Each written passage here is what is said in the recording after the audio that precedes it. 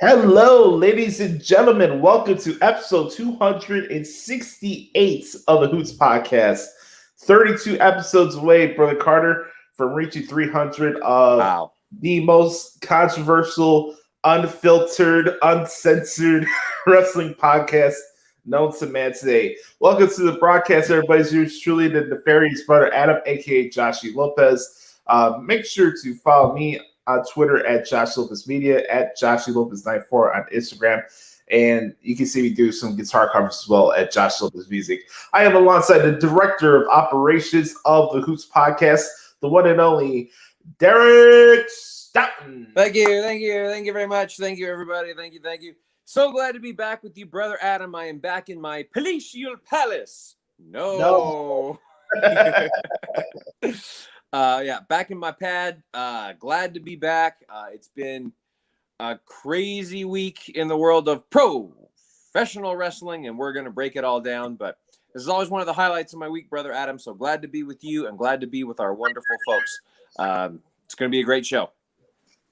Can you explain to the listening audience why we were saying no instead of yes? That's right. So if you've been with us for a while, you know that Josh and I, we were the big fans of the broken character. Well, actually, it was Adam Daly, honestly, that got me involved in the broken character, and it kind of just took on a life of its own. But right, and it's always yes with everything. But now, after seeing Big Money Matt and just his complete downfall since joining the worst major wrestling promotion in the world, I don't want anything to ever do any with Big Money Matt. His career has become a complete and absolute joke. So it's no longer yes, it's no.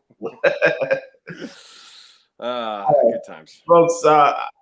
Before we get really started to today's podcast, I really want to thank everybody who reached out to us last weekend. Said it was one of our best episodes. Really enjoyed what the hell was wrong with AEW last week. I was cracking up listening back last week when I was editing the podcast. I agree with you guys. It was a fun show, and that's the thing. The fun challenge for us as podcasters and content creators is to elevate each week. So if you thought what the hell is wrong with AEW was something last week, just wait to what you have for what you guys have in store for this week. Josh, that was exactly what I was going to say. It's like, fans, thank you for those kind words. If you liked last week, buckle into your seats, ladies and gentlemen. This week is going to be a slobber knocker, to quote the greatest commentator, who also has taken a major nosedive since joining the promotion where careers go to die. This is the place to be, is it not? No, it's not. Go home. Stay the fuck home. All right. Really quick, a decent plug. Make sure to bookmark ProWrestlingTreasures.com if you want to support your boy and the gazillion play-by-play articles that I do throughout the week.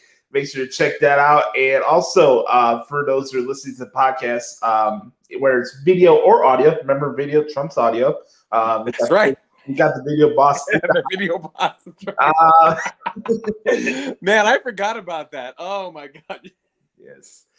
So if you're on video and you're watching this on YouTube, make sure to subscribe to our YouTube channel. Make sure to press the notification bell right next to it so you get notified anytime we go live or I upload a new video onto the channel. Maybe it's an interview or something like that. I actually uploaded a new guitar cover on the YouTube channel the other day, cover from John Mayer's new album called Sobrock. The song's called Shouldn't Matter, but it does. I love playing guitar. I've been playing music since I'm 7 years old. I just turned 27 about a few months ago. I've been loving music my entire life. So it's something that I'm still able and passionate to, express that. And whether you think I'm good or not, that's up to you. It's all subjective and stuff. But I'm really proud of this cover that I dropped on the YouTube channel the other day. And I think you'd like it as well. So like this video, subscribe, tell a friend about it. Same thing goes with the audio. Make sure to subscribe on Apple Podcasts or anywhere you get your podcasts from. If you're an Apple Podcast user, make sure to leave us a 4 or 5 star rating and review. It helps expand the reach of the podcast to like-minded folk. And we do appreciate the support that all of you give to us each and every single week. It really means a lot to us. So absolutely. We're going to get into what we usually get to in the beginning part of this podcast. That's affectionately known as the Good Brothers Q&A and Wisdom Session. Josh, a disclaimer on that: we may have to end up changing the name of this segment as well because Yes. after what we saw on Well, AEW this week, that's I don't know. I don't know. We're gonna get into some murky waters because before you know it, we'll probably have to change the name of this podcast because That's true too. where I got the inspiration from. Yeah. It's crazy how the state of affairs are in Jacksonville, Florida. Anyway, Indeed. the Good Brothers Q&A session this week is going to be interesting. The wisdom part topic that I wanted to address for this week's podcast is about mental health and some of the stuff I've been seeing on social media regarding some mobiles. I just wanted to get that off of my chest a little bit. No, this is not just a wrestling podcast. It's also a live podcast as well. There's no topic that we're afraid to touch on this show. So I want to get to that too. And it's kind of cool, just give some people some advice and stuff like that. I got to share some personal stories and things I've been able to conquer, over the last couple months. I hide nothing for the better, and it's good. So let's get to it. We got a lot of questions this week, so we're gonna let's try to speed through these as much as we could. Okay. But we're gonna start off with the regular good brother Chris Letta at XTeenSletta24X. By the way, if you want to participate in the Good Brothers Q&A and wisdom session, all you have to do is send a question to me at Josh Lopez Media or email us at thehoopspodcast@gmail.com. Side note, Josh, make sure that you're all spamming the Twitter help sessions with the hashtag #FreeTheHootsPodcast because that needs to be done. Absolutely. I've been freaking suspended on Twitter for what were we in July now? Yeah, 5 months. Bunch of malarkey. Shout out to the Snowman, my guy Brian Snow. I hope you're feeling better, my man. I'm thinking about you. I love you, brother. Thank you for checking out the show, my man. Absolutely. So let's get to it. Chris is always good with mixing it up with sports questions, so we'll get to this right now. All right. Ooh, thoughts on Dakota Kai turning on Raquel Gonzalez this week on NXT? We'll start with you, brother Carter. I loved it. I've always been a fan of Dakota Kai, and I think that I wonder why it took her so long to finally break away from Raquel Gonzalez. This is such an easy storyline to write. It's like you've had the spotlight, but you couldn't do it because of me. It's keep it simple, right? It's simple storyline, but it works. Dakota Kai is great. Raquel Gonzalez is great. I think this is going to be a great match, and I'm looking forward to it. Yeah, I thought it was cool. I know they taped this week's edition of NXT and next week's episode from last week, and then sometimes when it comes to tape shows, you can't really gauge how the genuine feel of the crowd is. But I thought this was an effective segment. I mentioned it on S&D the other day that I really didn't know who else would be available to fight Raquel Gonzalez at TakeOver 36 at this point. And I didn't think it would be a good idea to rush Frankie Monet. As much as I love her as a performer and wrestler, I don't think it's time for her to get that title shot. So I thought Dakota Kai was the right choice in this. So it's good for her. And I would not be surprised if she actually wins the title at TakeOver. We'll have to see how that goes. So real quick then, Josh, do you think that they should have waited on Shotzi and Knox moving up to have one of them take on Raquel Gonzalez? No, Shotzi was already in the tag team division and stuff. She wasn't really doing anything. I mean, I guess you could say from a long-term standpoint, but SmackDown, literally when Bayley got injured, had 4 women on their good point. Roster. So we gotta balance out the roster. That's why I keep saying, folks, end the brand split. All right, next question. If Walter, oh boy, if I had balls, should be my father. If Walter loses at TakeOver, does he make his way to the States for NXT? No, it's the NXT UK Championship. He's made it well known that he's not really ready to adapt to the United States and having that touring schedule with WWE. I think he's an attraction performer, and he's a guy that you could bring in for certain special events and like that. I just don't see him as somebody that you're going to see weekly on Raw or SmackDown. He's barely on NXT UK Weekly. That's special about it. He has an aura. He's an attraction, like I just mentioned a couple minutes ago. So I don't think he's losing the NXT UK title, nor do I think he'll be coming to the States more often. But that's just my opinion. Yeah, I agree with you, Josh. I mean, and you got to be very careful with Walter, because you can bring him in certain markets, like you said, an attraction, and the crowd will go nuts, because the crowd would like if you bring him into a Chicago or to Madison Square Garden or something like that, like the crowd will know who that is, and they'll go nuts for him because they know what a special attraction he is. But I agree with you. I don't think he would work well on a weekly Raw or SmackDown, because like the generic fan or the casual fan and like kids would be like, well, who's this guy? Kind of thing. So I agree. Keep him in NXT UK. All right. Next question. Should Hangman and Dark Order have gotten that win last night, or would that have been too simple for a story? Chris, I'm going to answer that question in what the hell is wrong with the AEW? I'm still trying to gather my mental threshold after talking about that match last night. By the way, if you guys see, the title of this week's episode is Fight for Our Sanity, kind of playing off Fight for the Fallen. So I thought it was the perfect title for the show this week. I'll say real quick, Josh, and we'll get into this when we get into our segment. The ending of the match was actually one of the only things during that program that actually made sense. And I'll just the actual finish itself, and we'll get into that. But the finish actually made sense. Yeah, shout out to Brett Shrubsel, I think a former participant in the Universe of Chatters. What's going on, Brett? How you doing, my man? Thanks for checking out the video on the Facebooks. We are live on Facebook, so make sure you do a watch party too if you want. The Book of the Face. No. All right, next question. Do you think we'll ever see Cole, O'Reilly, and Fish together again? Maybe down the road, not anytime soon. I guess you'd like to see at least one run of the Undisputed Era on Raw or SmackDown. For me, I don't like calling Raw SmackDown the main roster. I'm kind of past that point. I mean, NXT is its own brand. So, yeah, I don't see it anytime soon, but sure, they can do it in a couple years or so. Yeah, I agree with you. Same thing. Yeah, I agree with you. I'd love to see it again because they were great, but if it doesn't happen, that's okay. Yes. Is it only a matter of time till we see Kaylee Ray in the States for NXT? I certainly hope so, because she, out of anybody in NXT UK, I think would be an awesome addition for the women's division in wrestling. I think Kaylee Ray would be fantastic on Monday Night Raw. For me, I think that'd be the brand for her. She is a tremendous heel. Good waterfall, by the way, too. But great in the promos, great in the ring, her presence.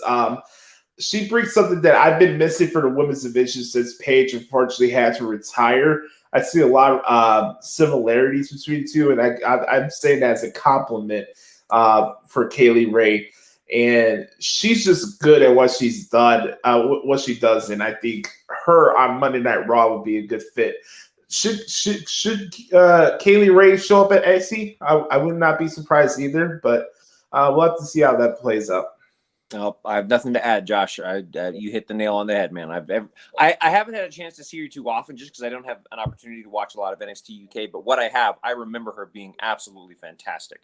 So I'd love to see some matches. I know we saw it in NXT. I'd love to see her versus Toni Storm again on, say, like a Raw or a SmackDown or something like that. I think that'd be great. Right. For one of my fantasy leagues, the draft order was done, and I got 10 and 11. What would you do with those picks? Running back, or running back and receiver? Go ahead, Carter. It depends on who's available. You could go with a running back. You could go with a wide receiver. Hell, you could go with a tight end. You could go with if Travis Kelce was available, if Darren Waller was available. One of they are great additions to the team as well. Again, it really just depends on who is available. You probably need to wait until the second round to take either Mahomes or Josh Allen or something like that.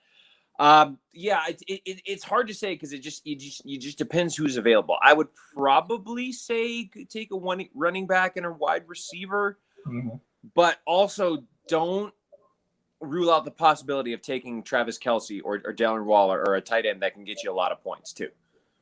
Yeah, just look out the right backs. I mean, I would take George Kittle if you have them. Oh, Kittle, yeah, he's another good one. Yeah. So, I mean, there's good options for tight ends. You just gotta pick wisely. And with the new crop of quarterbacks, you don't know how it's gonna be with the future of fantasy football leagues, where you have the first 10 picks of a draft league is quarterbacks as opposed to wide receivers. You never know how that goes, but I'd say look out for George Kittle if you need a pick or whatever. Good choice. Well, again, Josh, I know we've talked about this before. You just never know who's going to make the transition well to the NFL. I mean, look at Kyler Murray. He exploded this last year.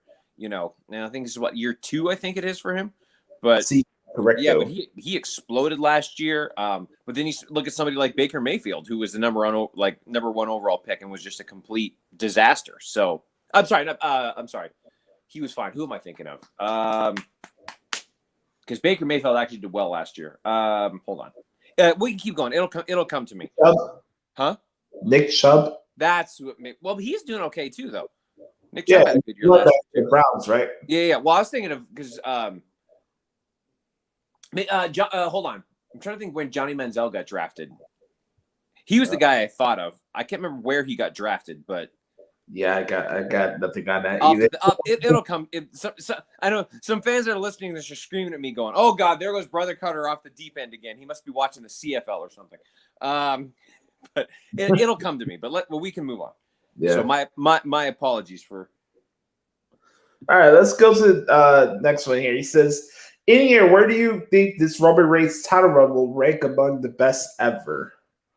Ooh. Well, I'll say for now, it's definitely the best Universal Championship reign that the title itself has had in WWE. I don't think it's close. So that's where I'll start. It just have to see how long this goes. I really don't know. I don't think Roman's going to lose the title anytime soon, nor should he. So I think right now you're just basking in the best title reign of the Universal Championship as it currently stands today. Yeah, I mean, Roman Reigns was the guy. I mean, I'd argue that the superstar of the pandemic was Drew McIntyre, and I would still argue that especially because of how it started. He really took everybody through 2020, and then Reigns came in and ran it with Paul Heyman. It was awesome, but I would argue that still, and it's very close, that Drew McIntyre was the superstar of the pandemic. But I mean, nobody is on Roman Reigns' level. Like, he is, when you talk about the word elite, that is what elite looks like, is Roman Reigns, and nobody else is on his level. So Josh, I think I could see him being Universal Champion for a long, long, long time, barring injury or, any unforeseen circumstances. Correcto.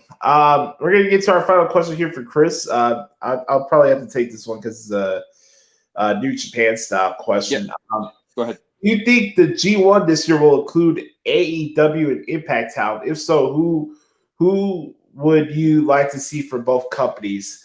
I don't really know if they're actually going to have actual people from Impact and AEW in this tournament for G1 this year, just due to the COVID issues that's been going on in Japan. I think that's the biggest thing more than anything else. Sure, would it be cool to see Lance Archer back in the G1, or maybe having somebody like Darby Allin or Hangman Page in the G1? Sure. Or having somebody like Josh Alexander or somebody like that from Impact in the G1? Sure.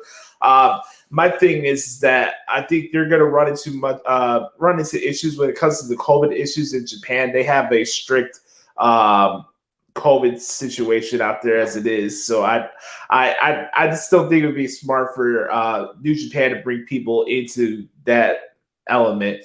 And I maybe if this partnership continues down the road, you never know how it is in professional wrestling. Just because you think a partnership is going to work, it's not guaranteed to last forever. We'll have to see how that goes. But I think being cautious is more important than, okay, let's jam 5 people from AEW, 5 people from the NWA, 5 people wherever, and you have this crowded ass D1 tournament. I just don't think that would be good for anybody. Yeah, I agree. Well, and I know you. And the only thing I'll add with this, Josh, is that currently right now there was a huge boycott to the Olympics. A lot of people did not want the Olympics to start, and there were even reports like 3 or 4 days before the Olympics started that they were considering canceling. So yeah. you've got to keep it within the country, I think, for this year. Yeah, bro, I see your count there. David Crockett Jr., I think, was doing commentary during the AEW Dark tapings yesterday. They were in Charlotte, North Carolina, and that's fine. I mean, we got a Mark running a wrestling promotion, so of course, if they're in a territory, he's going to bring in any legends he can. I have no problem with that. It's not really something I think about, but that's Tony Khan for you, pal. Chris, contrary to popular belief, Kenny Omega is not from North Carolina. Oh, don't get me started, please. Don't get me started. I was gonna say, going back to this with the G1, for those who are all happy and jizzing in their pants about this AEW Impact and New Japan relationship, more power to you. But for me, I have not seen any beneficial change for either promotion since this partnership has started. Sure, is it cool to have some nice matchups here and there? But let's talk about business here. What business has grown since these three companies have been working with each other? What? Twitter buzz? More clicks on wrestling news sites? Sorry, no offense, Brother Carter, but I'm taking that. That's fine. I get it. Let's be realistic about this. Oh my God, they got the NWA. Oh, Ring of Honor's gonna show up soon. Oh, MLW may join up.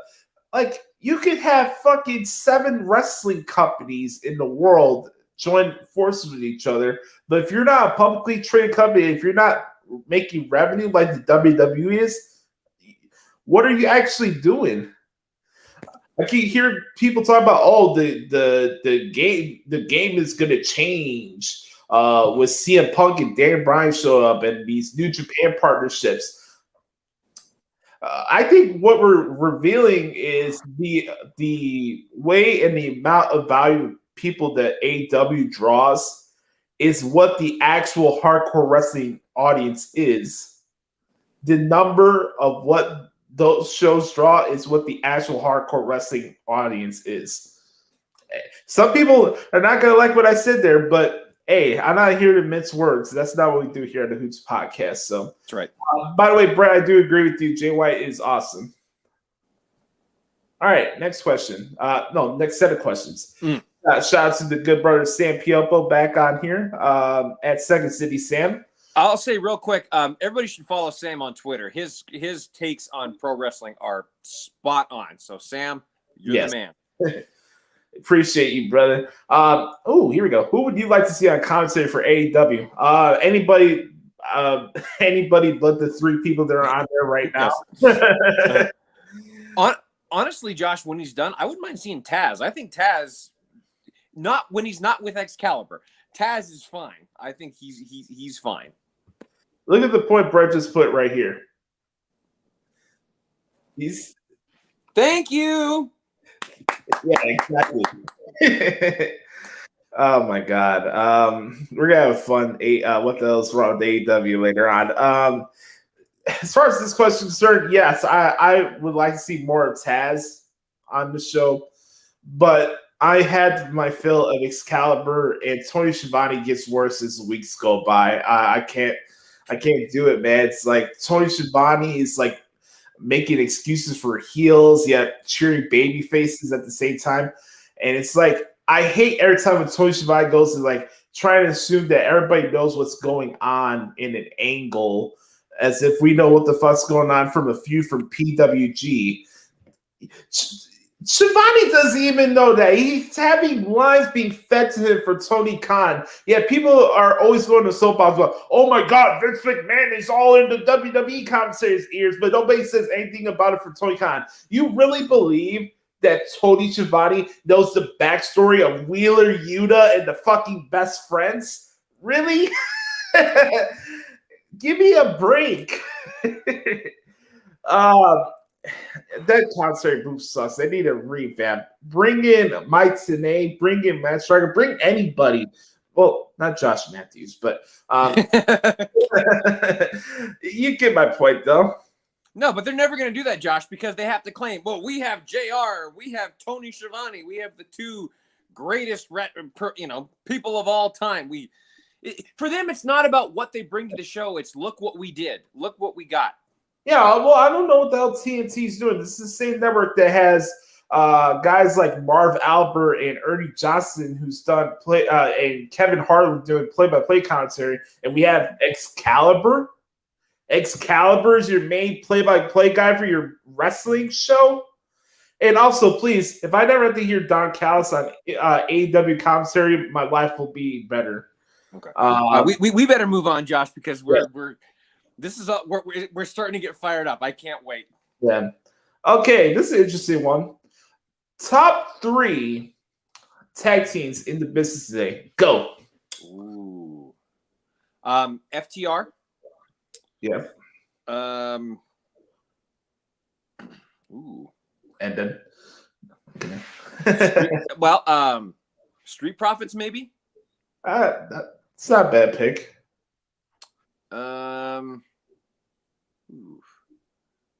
That's hard. MSK. Okay. Let's see. No, I'm not picking the Goof Brothers. No. I'll go with FTR, Grizzled Young Veterans, and Usos. Oh, good call. Yeah. Good call. And honorable mention, I'll go with the New Day as well. I like that question, Sam. I want to see what your picks for that question was too. Yeah, I like all those picks too, but that's a hard question. Oh, good question. There's a lot of good tag teams out there. There really is. Hell, even Chris Dickinson and Brody King and Ring of Honor and New Japan are a good team as well. Mm-hmm. All right. Ooh. With the unnecessary amount of talent that AEW employs, do you think they'll introduce a second world title at any point? I mean, we're already bringing WCW Thunder back in a couple of weeks, so I wouldn't be surprised if we'll have a second title. Don't you just notice that everything AEW does mimics WWE? Yeah, this is supposed to be the sports-based wrestling show. Just say that you're a sports entertainment promotion. Stop lying to yourself. Just market yourselves as what you are.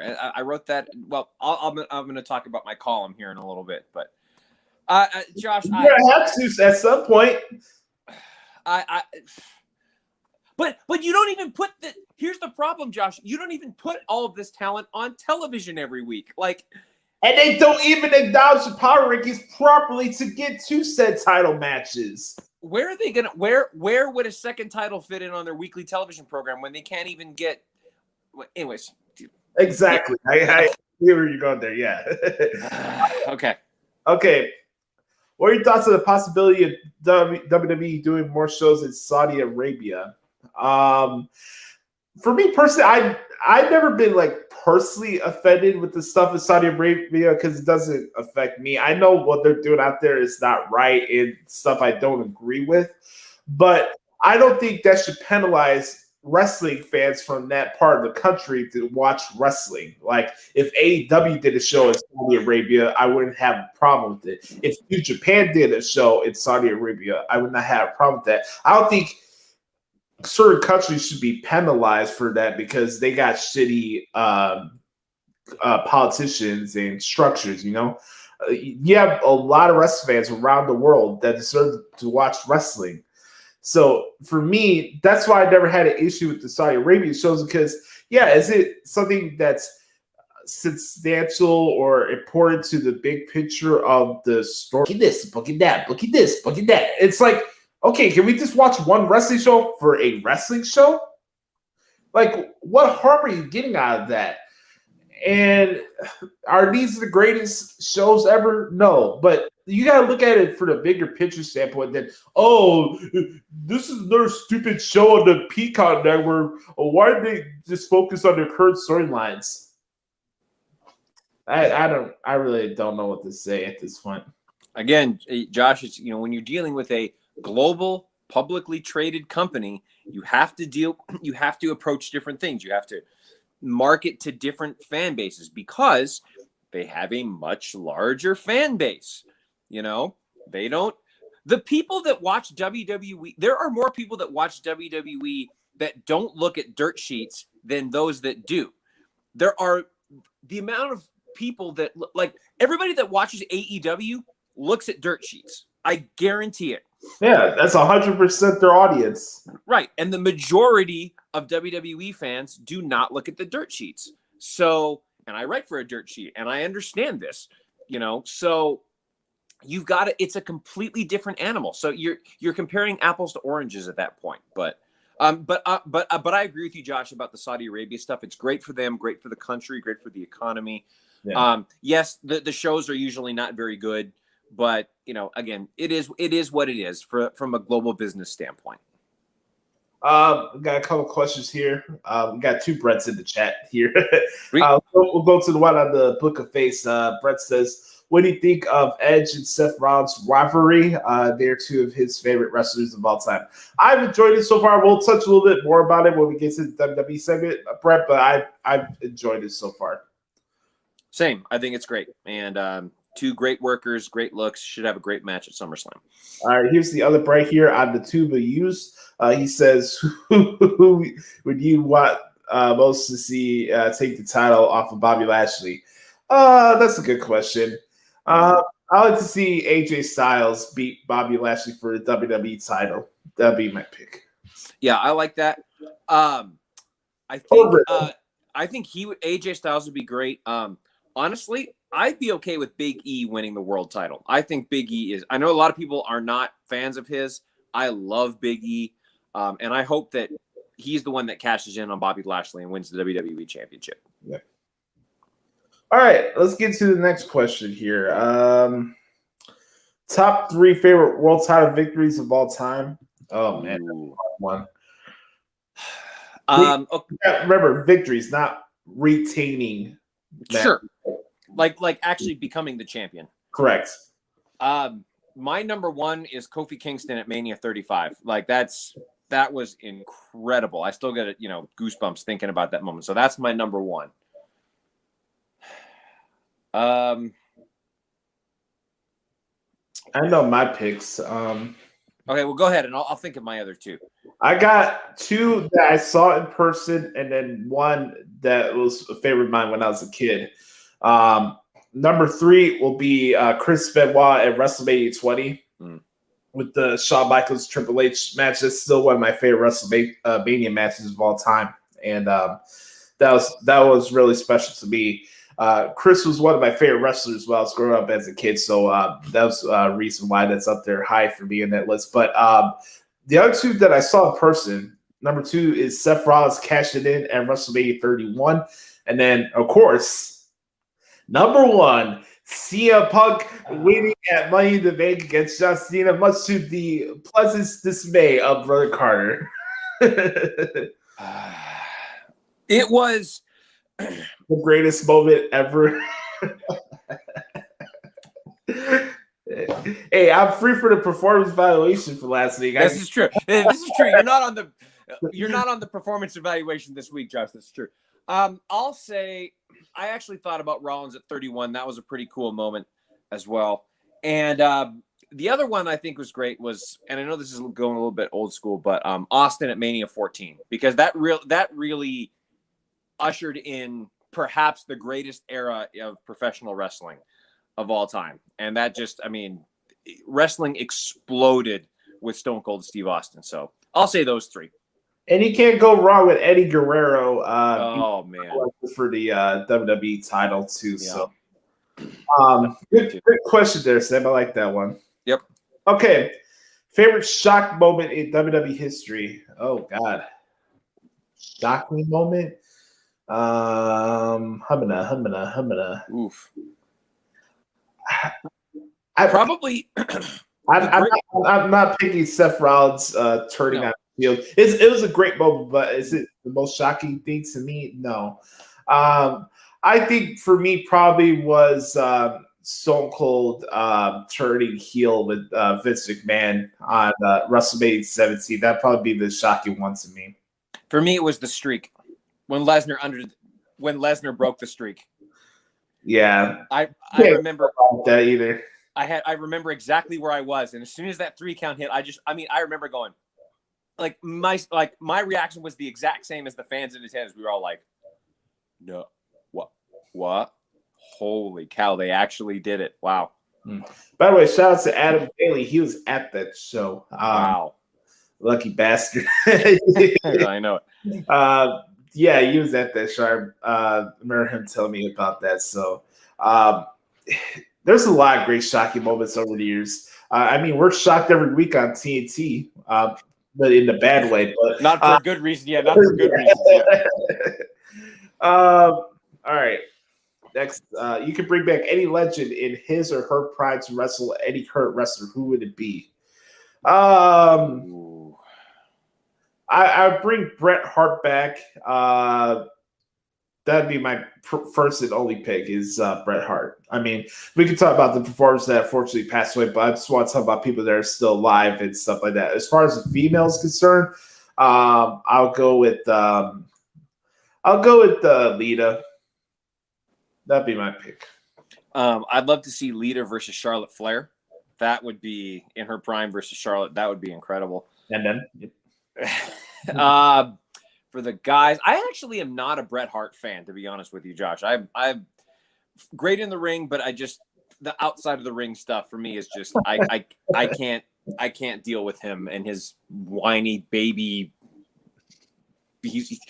I put him in the same realm as Punk as far as just a whiny baby who cried because he didn't get what he wanted. Here we go. You don't like the 4 out of 10 stuff? You don't like that? Oh my gosh. I wonder what Mitchell Mick McMule reaction would be to hear me pick Bret Hart. That'd be funny. Josh, Batista in his Batista versus Bobby Lashley now would be awesome. Like two big battles of two big imposing figures. I know they battled back then, but now like Batista in his prime versus Lashley now, I think could be cool. Yeah, I'll say Kurt Angle too. Yeah, or a good Kurt Angle, not one where he could barely move his neck or had no neck. Right. All right. I'll take this one. Would you want to see Derrick Rose back with the Bulls?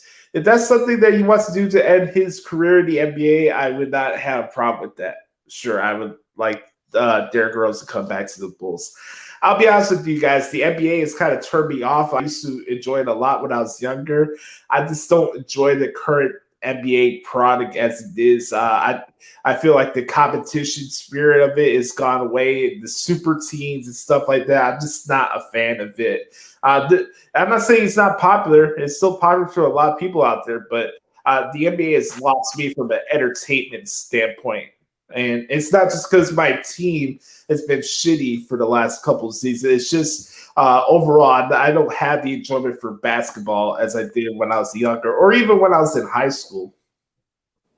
Yeah, the best part about the NBA, Josh, is inside the NBA. Yes, correct. and they invented the toothbrush in Alabama. Man, them things are good, Ernie. Them churros are good. They were whipping them up.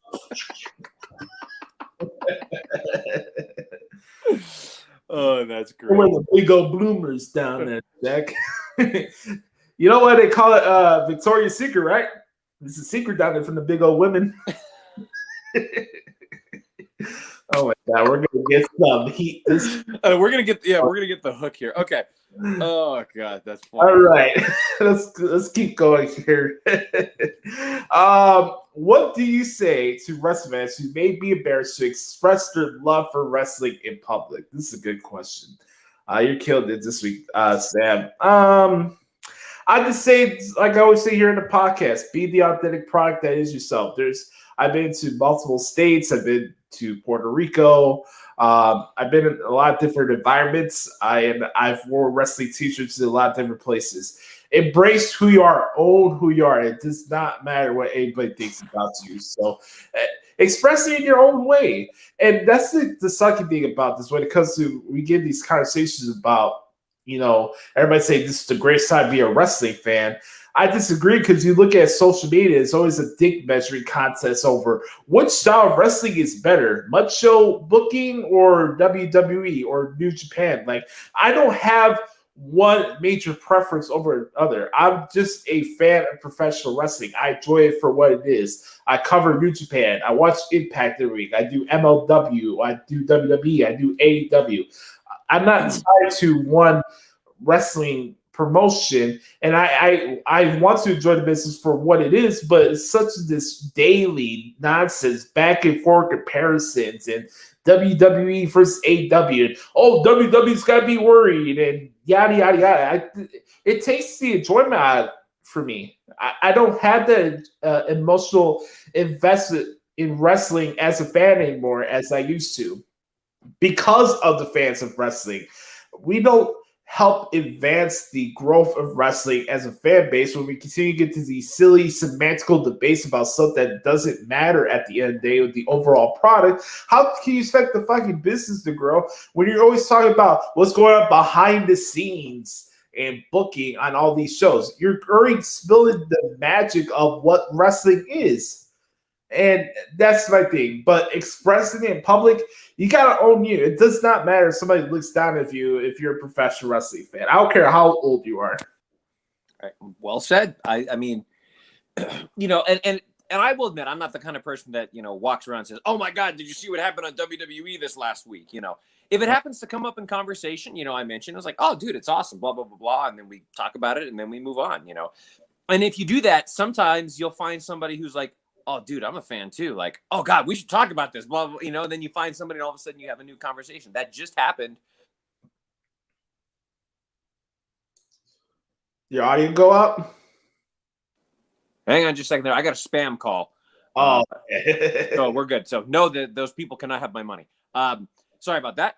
That just happened with me with just one of my very best friends in the world. Had saw on social media that I was doing something with Wrestling Rumors, and he asked me about it, and then he watched it again, and now he watches almost every week. And we got into a big debate last week about he likes AEW, I hate AEW. We got into a big debate about AEW last week, and I was like, this is one of my best friends for the past 10 years, and I didn't know that. And he got back into wrestling, so it was cool. It was a cool moment. Though?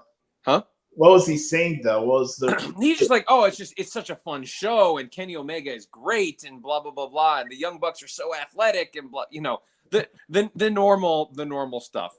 Yeah. But again, this is a guy who he just takes the product at face value. And listen, if you just take the product at face value and that's your kind of thing, cool. But him and I were texting last night, and we'll get into this. And I texted him and said, "This week's episode of AEW is really bad." He said, "Yeah, it was. I had to turn it off. I can't." He's like, he said, "I have to turn it off during the main event. I can't watch this anymore." So, yeah, we'll see. Let's see what the last question we got for Sam. He says, "Bears already getting injured early on training camp. Concern?" No, there hasn't really been injuries where it's going to be going into the season. There's been nicks and stuff like that, just nooks and crannies that been popping up as far as injury reports concerned, but it's nothing that I'm overly concerned about. Eddie Jackson's dealing with a hamstring issue that he got during workouts on his own time before training camp started. He'll be back soon. So a lot of this is precautionary stuff, and I'm not overly concerned about it right now. Sure, you don't like to hear players are injured, but it's not star players that are important to your team. So we'll see how that goes. I'm not too concerned about it. I mean, we know training camps are starting right now across the NFL, and we'll have to see how that goes. But I'm just really happy that football's here, and it'll give me a break for when I have downtime where I have to.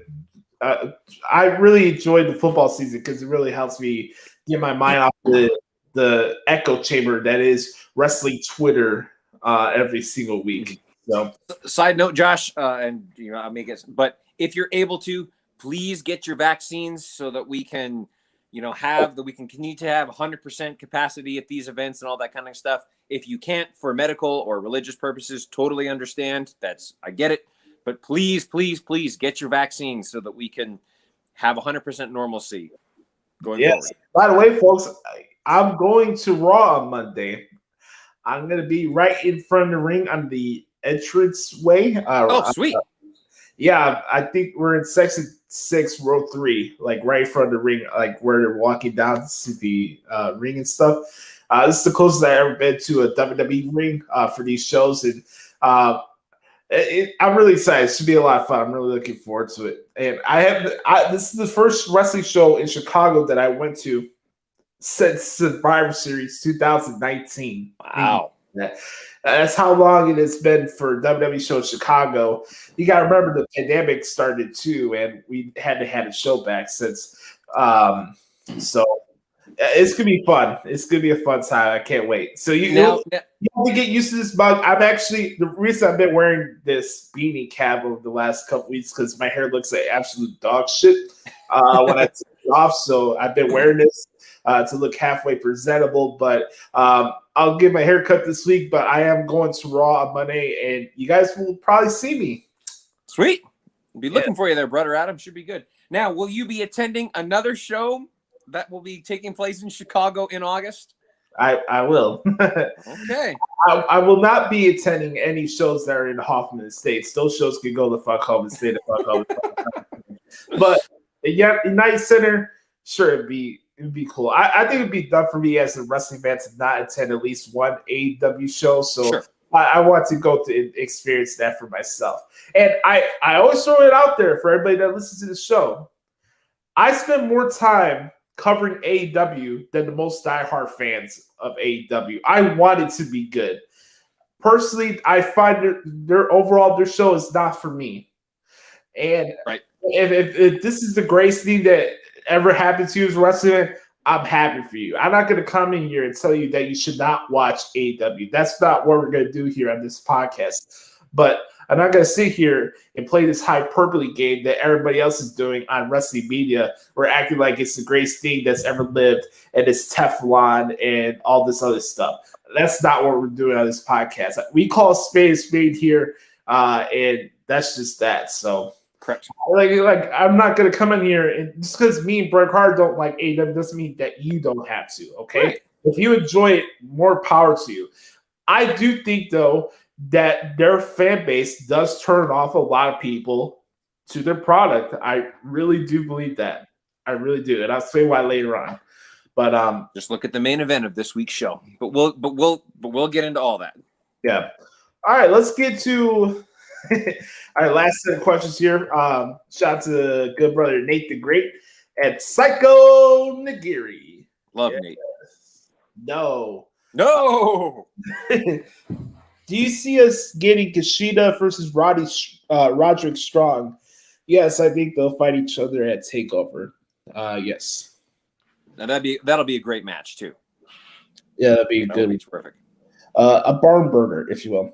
Do you like the TakeOver will be on Sunday following SummerSlam being on a Saturday this year?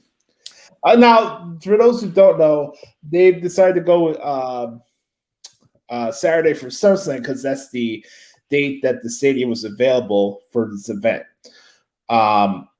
I'm curious to see how it's going to be. I think it'll be a lot of fun. I don't remember the last WWE pay-per-view that was on a Saturday outside of NXT takeovers, but I'm curious to see how this goes. But I don't have a problem with it. To wrap up a big wrestling weekend, I think it'd be pretty cool. Yeah, no, I think it's going to be great. And the TakeOver shows are always fantastic. I can't wait for TakeOver to get back on the road or NXT to get back on the road and to do their shows in major venues because that is a special atmosphere. Is like an NXT Brooklyn or an NXT when we got to see it in New Orleans, like that was awesome. So, but yeah, no, I think it's going to be a great match, and I'm looking forward to it to being on a Sunday. That'll be great. Brett says, who will you like to see jump ship from AEW to WWE that hasn't been in WWE before? I've got one pick, Penelope Ford. I have two, and they're the two best people in AEW, MJF and Dr. Britt Baker, DMD. Has Britt Baker been in AEW? Or in WWE? I don't think she has. I think she's had a couple appearances in NXT, but she's never been signed to the company. Yeah, but no, MJF and DM and Britt Baker would be my two. All right. Who's been your favorite North American champion so far? That's a good question. I'll have to say it's probably Adam Cole. That was my pick too. Yeah, Undisputed Era, baby. Yeah, Adam Cole, baby. I don't like his new theme song, but I don't either. Yeah, but Adam Cole is the man, so I'll go with him. Let's see. What has been your favorite year of pro wrestling that you've been watching? Yeah, that's a tough question. You know what, Nate? I'll probably go with.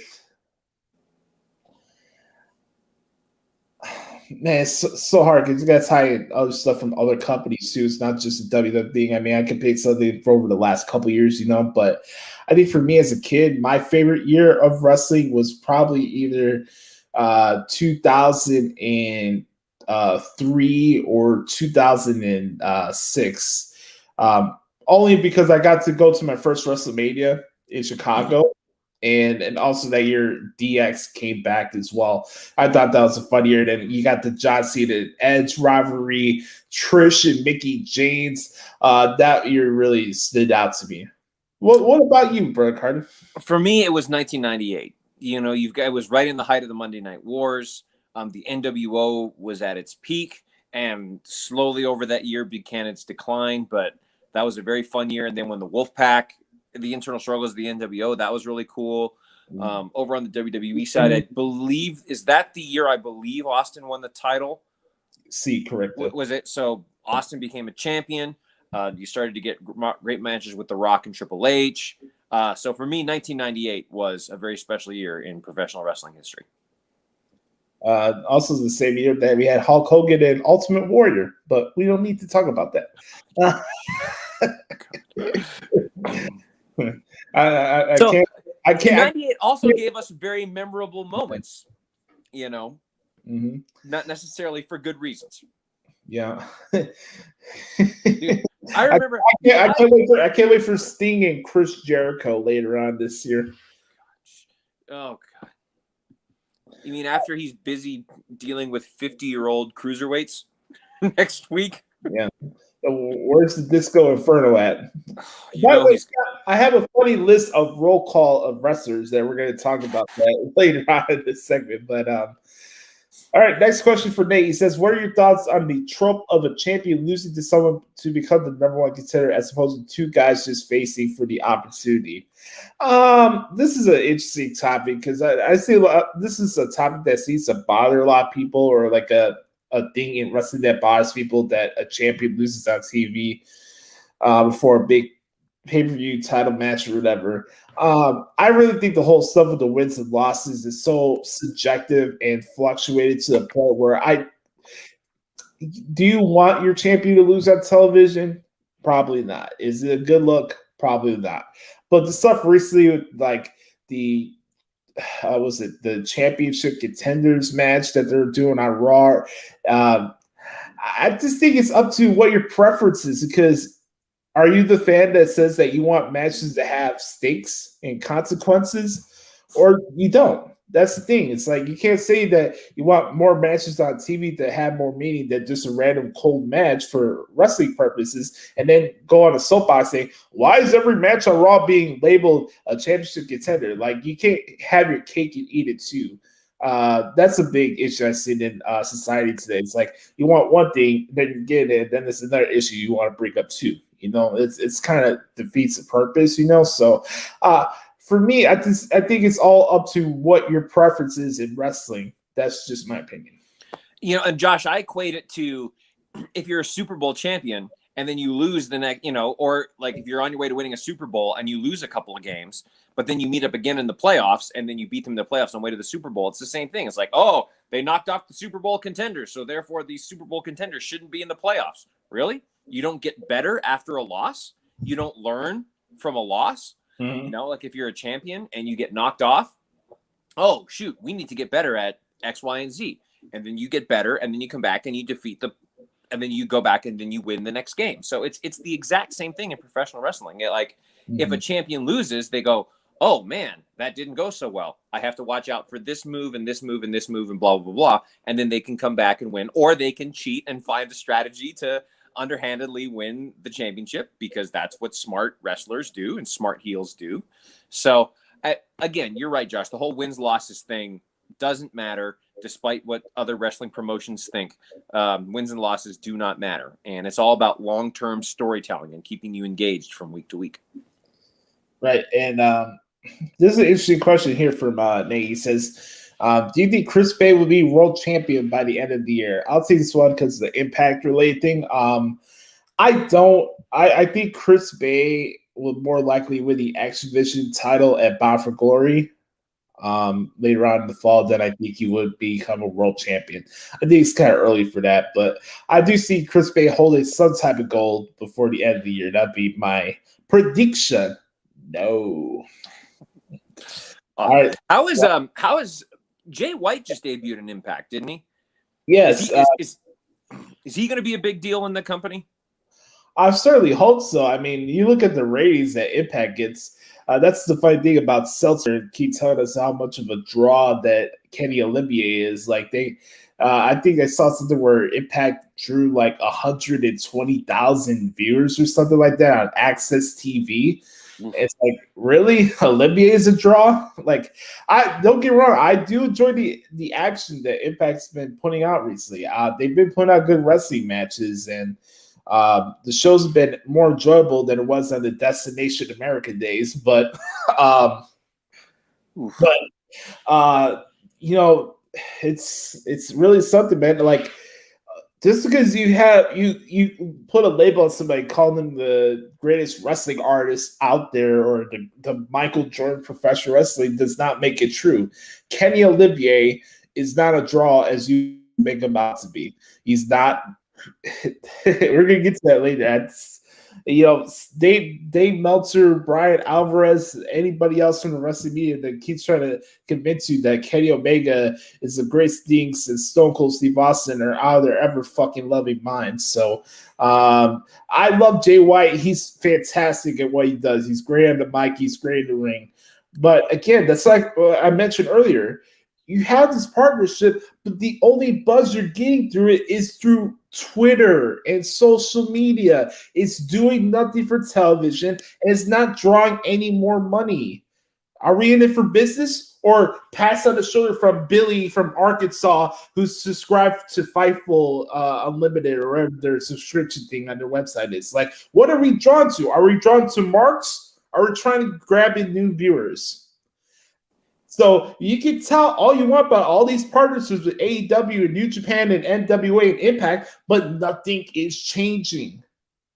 Nothing is changing. And it's Josh, it's getting confusing. Like I'm like, okay, well, where is this? Like, for me, I watch WWE and AEW. That, like, I don't watch Ring of Honor, and not because I don't appreciate it or know what's going on. I just don't have time. Like, this isn't my, like, there's. And we've talked about this before, the wrestling world is so oversaturated with content. Correct. It's hard to keep up with everything, right? So, like, well, it's even hard for me to keep up with. Sure, and you do this for a living, but like last week, and we'll get into this, but like they talk about IWGP storylines, and I'm like, I have no idea what you're talking about. Like, yeah, and these are promotions that need to build an identity to draw more people to their shows if you're going back on tour. So what's the identity when I'm hearing Matt Striker and D'Lo Brown plug events for New Japan Pro Wrestling and who's popping up on AEW Dynamite? Like, when I'm watching a wrestling show, I want to watch it for your show. I don't give a fuck about what New Japan or AEW or WWE is doing while I'm watching Impact. Yeah, awesome. Congratulations. You all are slapping each other in the ass. You got this partnership. Mm-hmm. Well, what is it doing for the long-term future of your promotions besides minimal and unsustainable buzz from dirt sheet marks? Correct. If you're offended by that, I mean, you got to look at the bigger picture and get out of the bubble sometimes. Yep. To be honest. All right, next question. Do you think NXT will be involved in Survivor Series this year? I do. What about you? Yeah, I hope so. Yes, but I'm not sure how yet. But yes. Is it time for MSK to lose the titles? No. To who? Like who would they lose them to? You know, That's a good question. I wouldn't drop them. If they were to lose the team, I would love to see them lose to Imperium or sure. Bristol Gut Veterans. That would be my pick. I'm obviously biased to NXT UK, but no, or maybe eventually the Legado del Fantasma, perhaps. I guess I have more feeling that those guys are going up to Raw or SmackDown soon. So I would. Okay, well, we can talk about that. I don't know if that's a good idea, but I think it'd be a good idea if they add Selena De La Renta to be the talking part for their group, though. I'm just throwing it out there. All right. Those are the questions for Nate. We got one more question for the podcast week. This comes from my friend Joel Wood at Gifted Money, a guy who pops up in the comment section on these S&E shows that I do. Awesome. He says, you're going to love this one. Uh-oh. How many shows into CM Punk AEW career do you think before he cuts his first pipe bomb shot at WWE? He says he's going 0.5. I'll go ahead. You're the CM Punk guy, Josh. Go ahead. I guess we should have this conversation now, I guess. The anticipation for CM Punk is for him to appear on the stage, sit just like he did in Las Vegas, and cut the same promo that he cut 10 years ago. And then after that, what's next? That initial pop, that initial promo about WWE, a promo that's, 7 years too late? When you could have made it a bigger impact and showed up at Ring of Honor when you had all those guys, the Young Bucks and the Elite and all that when they were in Ring of Honor. And you could have done this 7 years ago. We get this dirt sheet style pipe bomb promo, and then what's next? And again, Punk is my favorite wrestler. Punk's a hometown idol for me. I'll always be happy for him.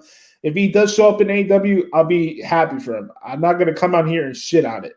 He does what he wants to do, and I respect that decision for him as his fan, you know.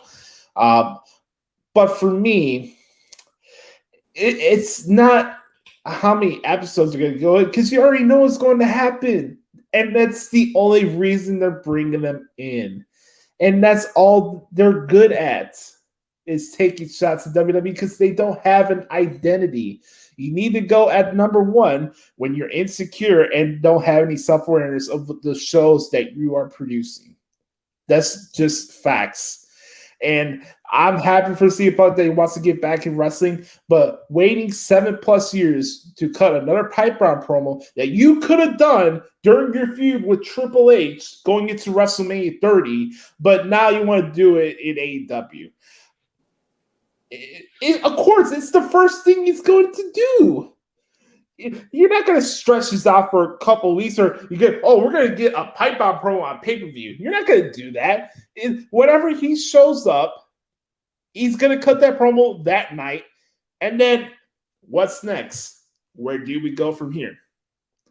So I tried to keep a level-headed approach to this because, yeah, CM Punk is my guy, but I'm not going to act like a fucking mark and be like, oh, he's going to cut the greatest promo ever when he comes back. I'm happy that he wants to come back to wrestling, but after 7 years and cutting the same promo he did 10 years ago, does that mean anything? Does that change anything? Am I wrong for looking at it that way? No. Josh, that's exactly what's going to happen. They want, again, how many times have we talked about this? AEW does not care about building its own stars or about advancing the needle in the wrestling product. They care about patting themselves on, like you said, slapping themselves on the ass, patting themselves on the back. Look what we did. We brought in all this talent that WWE doesn't want, and we're taking shots at our former employer or at the juggernaut. Great. Guess what, folks? there are more wrestling fans that watch WWE than watch AEW. Way more. There are way more. Let's take the wrestling fans that watch AEW and say that none of them watch WWE. Okay, let's just say, okay, you have two options. You have WWE, you have AEW. Guess what? Way more people are going to watch WWE. So this AEW fan base that they're that they're hyping themselves and they're taking all these shots at WWE, the people that watch AEW think that anyway. So exactly. So what's the point?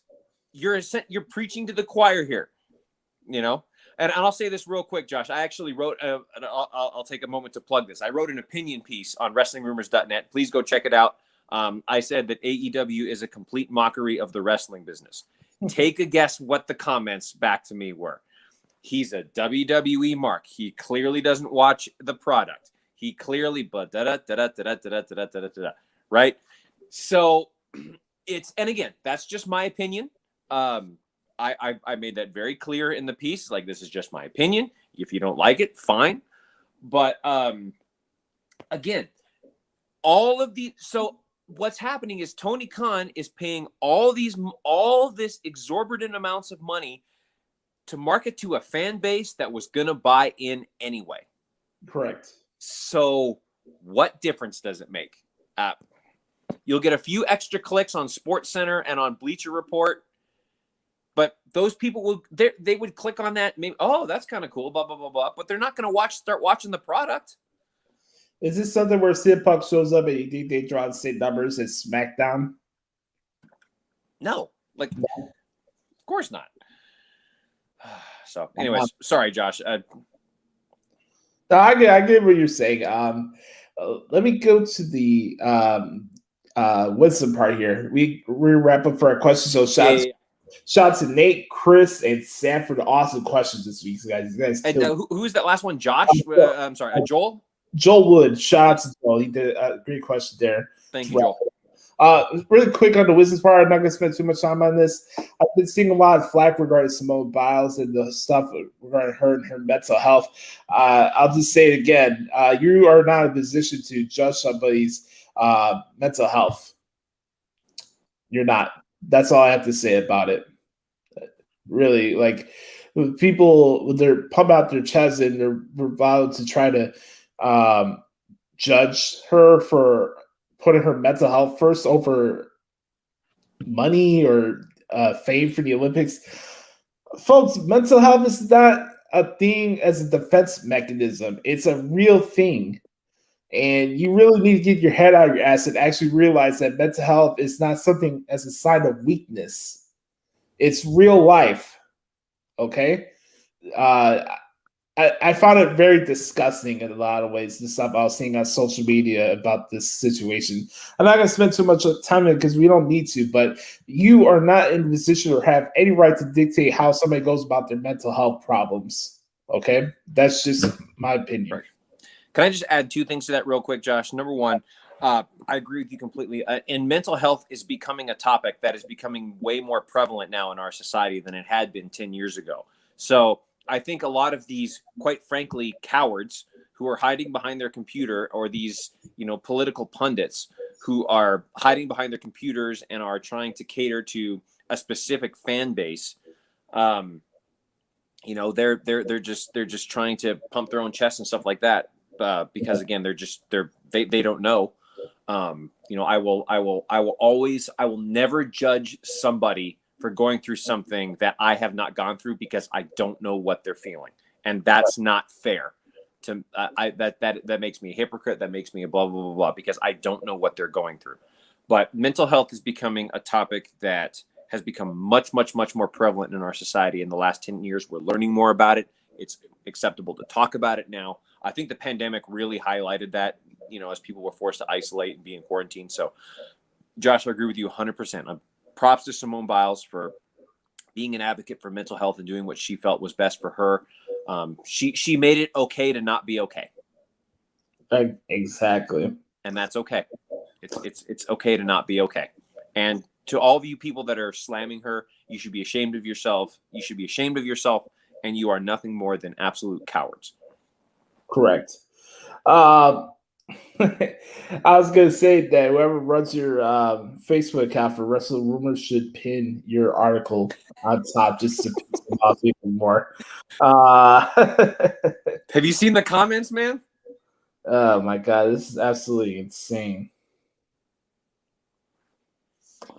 I found a comment that I was telling you about earlier that I'm gonna read off later on. This is absolutely amazing.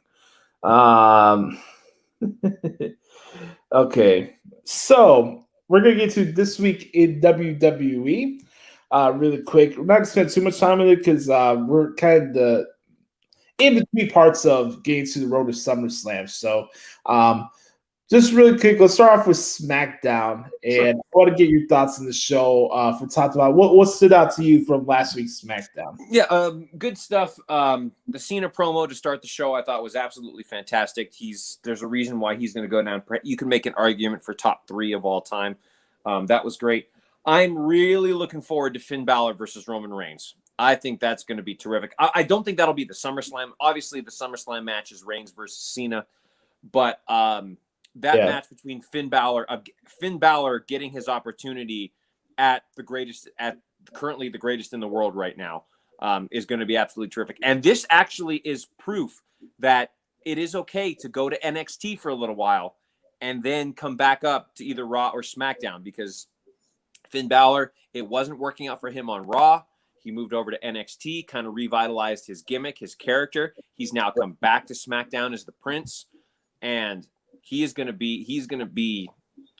give us a fantastic match against Roman Reigns. So I thought that was great. Cool to see Toni Storm. I hope we get to see more of her a little bit later. And overall, I enjoyed the show very, very much. What did you think? Those are just the things that came to my mind. Yeah, I enjoyed the show too for what it was. For most of it, the stuff with Joshie was cool. I really enjoyed the segment with Edge and Seth Rollins. I thought that was old school 101 of how to get a feud started, and Edge is the man. I can't compliment this guy enough for what he does. I thought the Rolling Loud stuff was okay. It didn't take away from the show for me, but I thought it serves purpose. You got to look at it the bigger picture, the fact that you have the crossover appeal to different markets. So that's my takeaway. And man, Bianca Belair looks good, my lord. They did announce that WWE for the first time are having a pay-per-view on New Year's Day. So it's interesting. I don't know what they're going to call it. Maybe you go back to New Year's Revolution or whatever. But my thing for SmackDown this week is the Edge and Seth Rollins promo, but also the Roman Reigns epic promo. Which was one for the ages. But I was watching it and it's like, my God, what can this guy not do at this point? And it's stuff about the missionary position and all that. That was so funny. That was great. Yeah. You got to acknowledge him. He's the tribal chief for a reason. He's not playing around here, folks. It's not a kid's game. All right. Real quick, Josh, and I want to get your thoughts on this. They announced that they're going to have a pay-per-view on New Year's Day. My initial reaction was I was a little leery about that because New Year's Day is already such a big sports day. You've got the Winter Classic. You've got 2 major college football games. You've got the Rose Bowl and the Sugar Bowl. And I know you're not a college football guy, but there are a lot of people that will tune into those very special and historic games. So I just worry that their viewership would not be what it was because of the other major sporting events that take place on New Year's Day. But that's just me. Yeah. I'm very interested in what they're going to do with it. It's just the timing of it is interesting. There's even been some speculation about the Royal Rumble being that New Year's Day. I don't think that's going to happen, but for me, I feel like with the fact they're on Peacock and they're not on traditional pay-per-view, I don't think you have to worry about viewership. I think people will find a way to watch it when they can. And WWE, whether people are into their product or not, still find ways to trend on social media when their shows aren't going on. So I'm not really concerned about it from a college football standpoint or people take away from the audience. I'm just curious to see what they're going to do with that pay-per-view. That's my thing. If anything, I don't think you're going to have a pay-per-view in December, so we'll have to see how that goes. Or they'll probably do it the first week of December. You got to see how that goes. But I am curious that they're continuing to do these pay-per-views on Saturdays. Try something different, I guess. So, really quick, before we get to Raw, I wanted to mention really quick, Finn Balor and Sami Zayn, I thought had a really good match on SmackDown. And then also, let's give a round of applause for Baron Corbin. Yes. You know, we have Britt Baker Appreciation Day in the AEW segment. By the way, shocker, did you guys hear that? We said something positive about AEW. Listening is a skill, pal. Baron Corbin, he is killing it with this comedy stuff. Like, part of me wants to come up with ideas of things that he's saying that he's going through right now, because he's like, my house might go on foreclosure. His wife is disappointed. He's losing money, and it's like, what do you mean? This is what I hate about wrestling fans, that they take everything so literally and anal these days, where it's like, look at Baron Corbin on Instagram. He has his fancy house. He works for the WWE. He's cooking these fancy, expensive-ass steaks and stuff on social media. But he's playing a character on an entertainment show. Like, you're not going after the guy that played Big Lebowski because he dressed like a fucking bum the entire movie. Yet the guy made millions and millions of dollars. This is entertainment. You can put your disbelief in that way, and it's good comedy. There's nothing worse in wrestling than bad comedy. So when it's good ones, you have to point it out. He's killing it right now. It's great. It's great. And especially the shot with Shotzi Blackheart and Team Knox right to the nether regions. I thought that was hilarious. No, that was great. And I also read, Josh, I can't remember who reported this. Well, we covered it on Wrestling Rumors. They say that Baron Corbin backstage is one of the absolute best and nicest people to work with. Like, they say he's absolutely fantastic. Within 3 years, is Baron Corbin a world champion? I'm going to say yes. I would think so. Jinder Mahal became a WWE champion. I don't see why Baron Corbin could. If he's that well liked backstage, why not give him a world title run? You know, I can see Corbin as a babyface too. Sure. With this thing, I don't know if it's super babyface, but I'll have to see how that plays out. Let's go to Raw real quick. I saw a lot of things on Twitter. A lot of people were saying that this week's show was not that great. I thought the show was okay. I've seen better episodes of Raw, for my opinion. But again, a lot of my perspective on Raw is a little different because I'm watching it on delay. Like, I'm not seeing through 3 hours live. And for whatever reason, AEW decides that they want to have long-ass wrestling matches on YouTube that bleeds into Raw on Mondays. I'll never understand it. AEW Dark and Elevation just shows that you should air on the weekends, not during the week. But that's another topic for another segment. I was watching Raw on delay, and I enjoyed the opening segment with Nikki and Charlotte Flair, and I think that was a lot of the crux of the arguments and debates about this week's show, about the whole contendership thing, even though they announced this triple threat match. Let's look at it from a bigger picture standpoint, right? So the whole premise of Charlotte going after Nikki Cross is that she thinks she's a fraud, right? That she doesn't belong. She's not the person to represent the company as women's champion.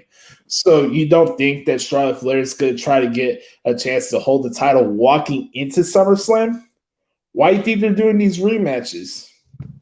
Right. Like, there's more to meet the eye than what happens on 1 week episode of Raw. That's the whole thing with the whole 80 thing. I need everything now. I need all the context clues for now. Now, as far as the show, there's stuff I could have did without. I really don't care about Reginald and this. But even though R-Truth wearing the headpiece, I thought that was so funny.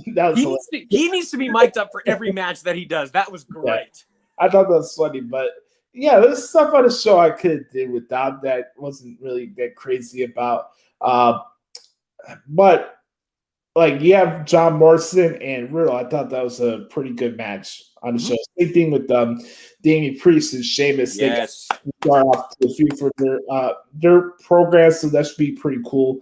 But really quick, I want to send some thoughts on Natalia. I'm not sure where she's at with her injury, but that did not look good on Monday. So even Marie still trying to find a way where she doesn't ever wrestle. It's pretty funny. The greatest troll job in all of wrestling. Even Marie.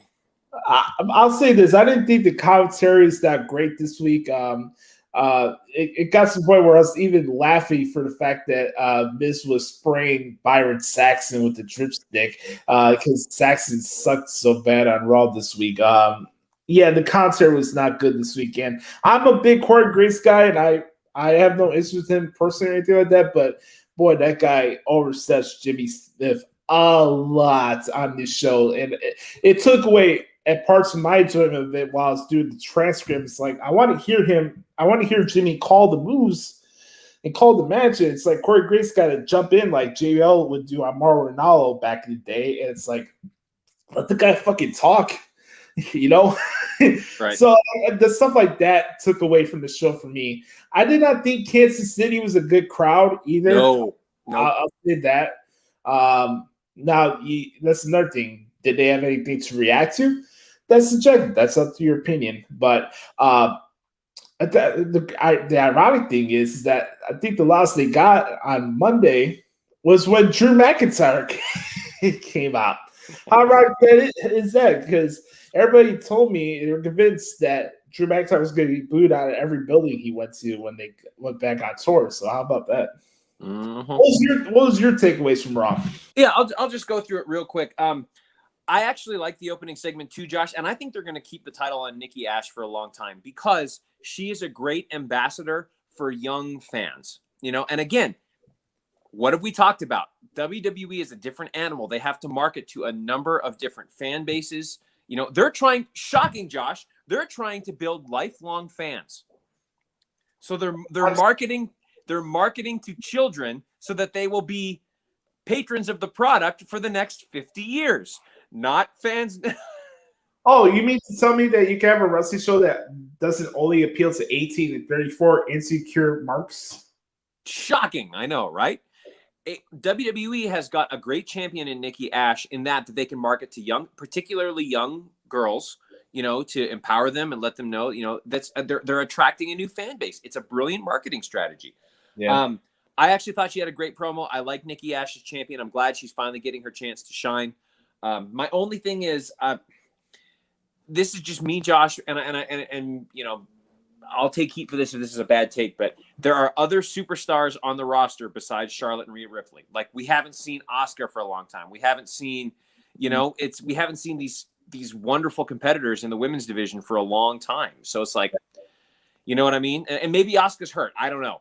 But there are other options. You know, it's like we're getting Charlotte and Rhea again with now Nikki Ash thrown in there. And it's like, fine. And so I'm hoping we'll get something new after. Maybe this is just to get us through SummerSlam, and then we'll get some new matchups after SummerSlam. Yeah. But that's fine. I agree with you. Damian Priest is my favorite superstar on Raw right now. He has been for a while.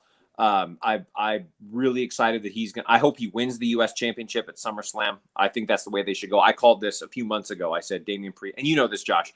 Damian Priest is how I feel about Damian Priest. That was great. Let's see. Good match with Keith Lee and Karrion Kross. I like that. I've said this before. It is time to get rid of the T-Bar and Mace names. Get rid of it. The masks are off. They're away from Retribution. Call them who they are. Dio Madden and Dominic Dijakovic. And actually, Jim Cornette pointed this out. And he said this like a few months ago. And he's like, at WrestleMania, let's say this person is going to win the world title at WrestleMania. And now here is your new world champion, T-Bar. Really? Or your new world champion, Dominic Dijakovic. Like, what sounds more powerful, right? You know what I mean? Yeah. Like, they needed to be T-Bar and Mace. while Retribution was going on. I get it. Like, that's fine. But now the angle is over. They don't have their masks anymore. Please call them who they are. What are your thoughts on that? I see your point there. I agree with you. I also agree with your point when it comes to the women's stuff. But I think it's more about, it's getting through SummerSlam and see where things go from there more than anything. As far as T-Bar and Mace is concerned, I really don't really get the comparison to the Legion of Doom or the Ascension. Oh, yeah, they got face paint, but are they wearing shoulder pads? No, I really don't get that comparison for people. But like, at some point, you got to go somewhere and understand the fact that Retribution is no more. So why does it have to be just T-Bar and Mace? That's what I don't get from that. But by the way, I also enjoy Ali and Mansoor. I was about to say I like that too. That's a great team. By the way, Brett, you want to know my favorite line for Raw this week? Go ahead. Cedric, do you know how annoying the sound of your voice is? My God, that dude should never. There's 2 people in wrestling, no, 3, that should never hold a microphone. Cedric Alexander, Jake Hager, and Matt Jackson. If I never had to hear a promo from any of those 3, I'll be a happy camper. I will say though, Josh, we can get into booking stuff later, but I still think, and you know this, Josh, I think they should have never broken up the Hurt Business. But this just kind of put the stamp on Cedric Alexander and Shelton Benjamin, them getting just obliterated by Bobby Lashley, because where do they go from there? It's just like they were in their heyday when they were with Bobby Lashley, but now that they're gone, it's like, well, that's the thing. You can beat him up to a certain point where he actually brings it back. Maybe, I don't know. The other thing I'll say is, I know we need to move on, but Miz using the stuff with the dripstick at the end, that wasn't exactly a PG moment there, Josh. This the way like Riddle makes Miz tip over in his wheelchair is pretty funny to me. And the last thing I'll say real quick, Josh, is I think Reginald is actually the perfect choice to be the 24/7 champion, because his act is great for getting away from all of the challengers that are chasing after him. He can use all this stuff to get away, but that's just me. Yeah, until he tears his ACL. Right, exactly. I've seen better shows than this one. I agree. I did like the Charlotte and Nikki Cross match at the main event. I thought that was pretty good. Just watching it back on the transcript, I thought that was really good. It's an okay show, but again, it's like I thought this week's show was more about plot points more than anything. Like, you're not getting all the context clues for all these feuds going to SummerSlam. So I hoping, of course, you always want to have a good show when you attend one live. So I don't think they're going to go through the motions in Chicago. They always try to bring something big for that show. So it'll be nice to see Goldberg. He'll be in the house for that event. So I think we'll have a better one this Monday. They have to, because they know the crowd they get in Chicago. Like, they know they're gonna, you know what, Josh? They're gonna have to address the Punk chants, because it's coming. The Punk chants are gonna be coming. Well, MVP is on a cheap heat tour right now. He buried Dallas last week. He buried the Chiefs this week. I thought that was awesome. Honestly, I see you're all still upset about Tom Brady. He should do to get it out of the way? He should address CM Punk during his promo and just say, I know the chants are coming, so let's just get it going. The best in the world ain't the best in the world, or something like that, And you're looking at a real MMA fighter right here. He should totally do that. That would be great. It's gonna happen. Absolutely. Okay. Really quick before we get to our main event segment, I do have a couple of things I want to mention. XUK today, we got Mustache Mountain, the team with Tyler Bate and Trent Seven against Symbiosis, a really cool new team they have in XUK. Alongside Eddie Dennis. Jordan Devlin's on the program today, so that should be fun to watch him wrestle. A beautiful woman, by the way, Aoife Valkyrie against Ginny. That's going to be an awesome match. And I think Stevie Turner's back to wrestle this week. She's fighting Aaliyah James. But by the way, folks, make sure 1 second. Let me take a quick swig of water. Yeah. XUK drops today on Peacock. Make sure you watch XUK each week. It's the best show that WWE produces every single week. But I thought last week's show was really good, and I'm really excited to see Walter and Dragunov at TakeOver 36. You know, Twitter can have Kenny Omega and Okada as the greatest match that's ever lived, but I'll take Walter and Dragunov matches over that any day of the week. So yeah, NXT is where it's at, folks. Make sure to enjoy that show. All right, we're at the 1:30 mark. I timed this out perfectly. So, folks, we're about to give you what you need, what you really, really need, and it's an experience unlike any other. It's affectionately known as "What the hell is wrong with AEW?" We're gonna start this off in a 3, 2, 1.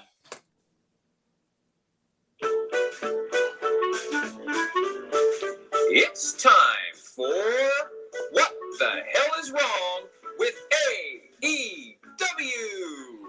Everything! Oh my God!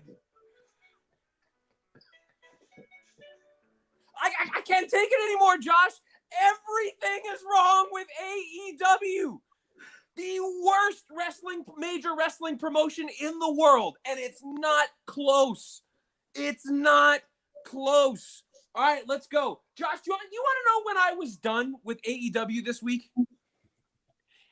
The moment that the Elite made their entrance, I was done for the week. The World Champion Elite Squad. You know the sucky thing about that? When I go into watching Dynamite, I want to actually see what good can come out of it, and I try to see some positive direction.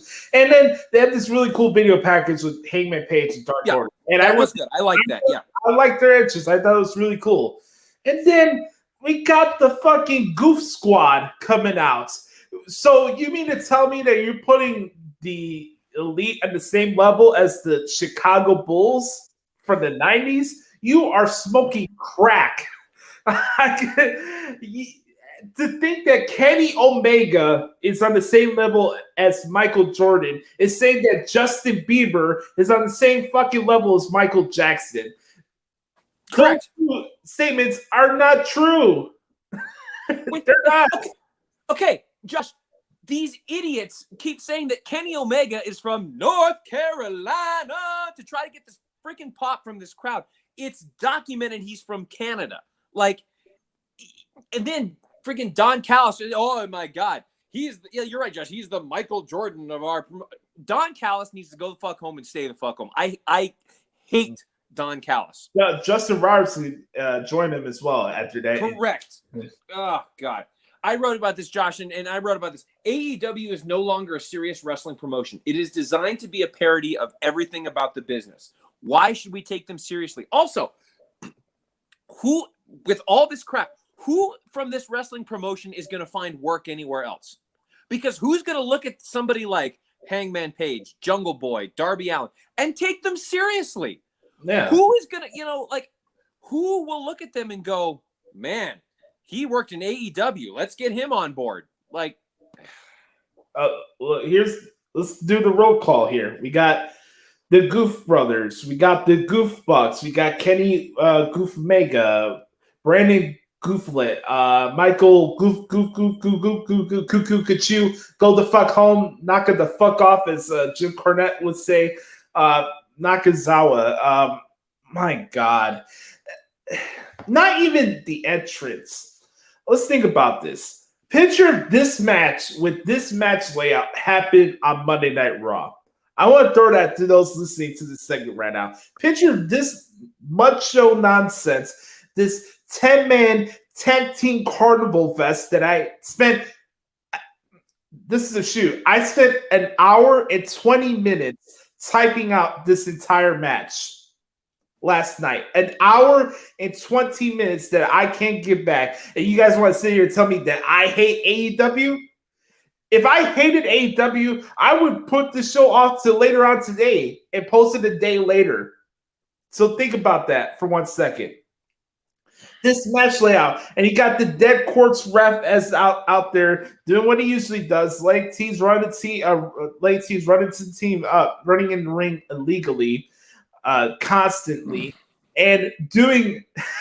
By the way, the greatest athletes in the world, the Young Bucks, can't even do a alley-oop indie taker on the floor.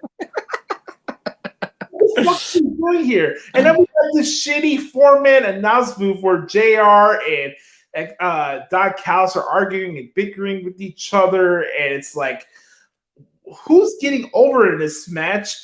And it's like, it's one thing to have an AEW tag team match where rules are not applied to referees or made to look stupid, but picture it being an elimination match and 10 people in it.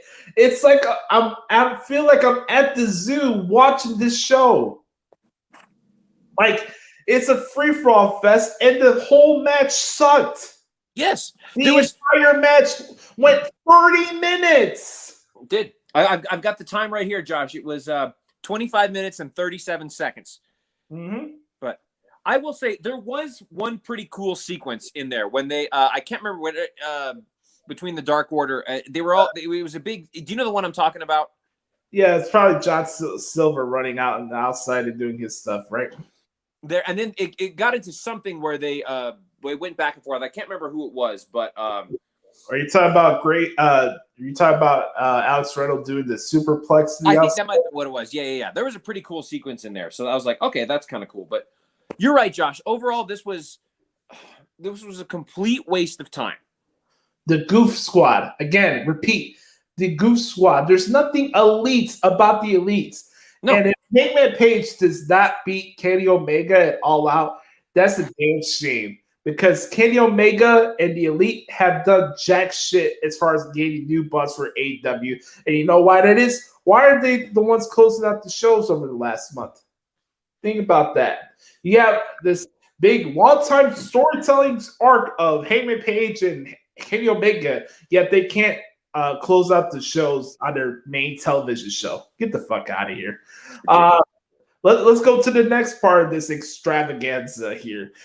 We saw Pac having a conversation with Andrade. Really don't know where that's going. Maybe Pac and Andrade at All Out. I'm fine with that. Whatever. Sure, that'll be fine. I know you and I disagree on Andrade, Josh. I know you're not a. I think he's generic in the ring, but I'm not saying that he's a bad performer. That's just my point on it. But sure. But again, that 4-man announcement is so ridiculous, man. And I don't know what's more stupid. The Young Bucks trying to do an alley-oop indie taker on the floor, or Brandon Cutler spraying the Young Bucks in the corner, wherever it is. Oh my God. Literally, if you look at the title of our podcast this week, it's perfect to how I felt after typing out this show last night. I'm fighting for my own sanity. I don't know what the hell I sat through last night, to be honest with you. I don't know what you sat through either, dude.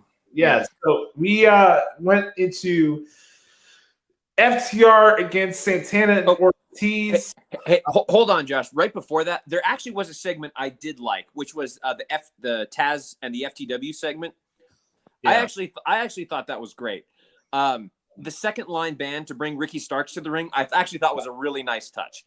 I like that. I thought it was cool to see the band. I thought that was cool. Ricky Starks cuts a good promo. My thing with this segment is that I'm ready for these guys to go in different directions. That was my thing. I like Ricky Starks' performance, but I think him and Cage need to go different directions, and I don't think this is something that you can stretch out to All Out. I don't.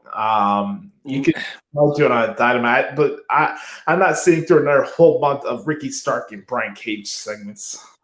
Sure, I do like the idea of the feud, though. It makes sense. This is one of the storylines in AEW that I'm actually intrigued by because of Ricky Starks and Brian Cage. But I don't know. You want to talk about generic? Look at Brian Cage. You know, I hate to say that, but you know, there's a lot of generic stuff on the show. I call it AGW. I don't call it AEW. It's all generic. So, anyways, but okay. But then also, Josh, we get Hiroshi Tanahashi making an appearance on our television for some stupid reason. This is actually one of the things I did like on the show last night.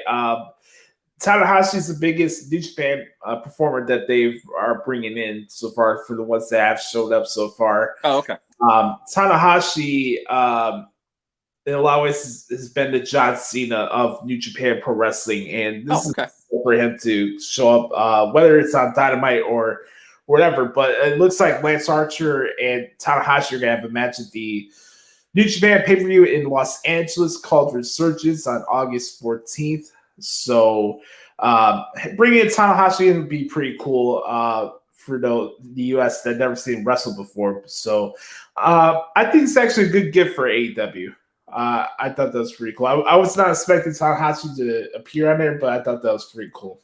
Okay. Again, see, I don't know much about New Japan, and I'd heard the name Tanahashi, but I didn't really know him. So this gives me some good backstory. Yeah. But again, if you're a casual fan, you don't know who that is. You know what I mean? So, okay. Anyways, you were talking about the tag match. Go ahead. Yeah, we got FTR against Santana Ortiz, and this is the match that I would have started this Mudshow Fest with. Here's the thing: there's a couple things on Dynamite I did like last night, and I think that's kind of a misnomer of what we do. Say we don't hate every single little thing that happens on this show, but it's like the hyperbole that I see on this program on Twitter all the time. It's like, they do no wrong. They make no mistakes. They're the masters of booking. I saw that tweet last night from somebody. They're the masters of long-term storytelling, and nobody has a better live event feel than AEW. I'm like, stop bending over for Tony Khan. He's not going to put it in your ass. So, like, please stop it already. Go ahead. Go ahead. Sorry. No, good. You go ahead. It's all good. I was just going to say, going back to the previous segment, JR said there are no places for trombones in wrestling. Was that another shot at WWE? Probably. Did you catch that comment when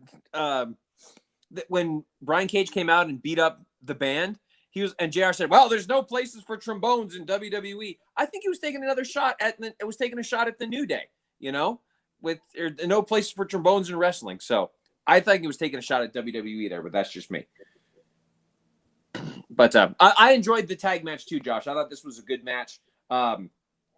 Again, good wrestling on a wrestling product. What a concept. Yeah. Not for me. I enjoyed the match for XCR Santana Ortiz, but you know, Cash really got a nasty bruise. He did not. Yeah. Good. Hopefully he's doing all right. But besides that, like, here's the thing: you can tell the crowd was kind of indifferent in portions of this match because you spent the first half of the show doing a 30-minute Carnival Fest and doing a bunch of gazillion spots and to have heels win, and then you'd follow it up with another tag team match where heels win again. And this is the stuff with the formatting show that I just don't get. You don't start a wrestling show with two long, drawn-out tag team matches.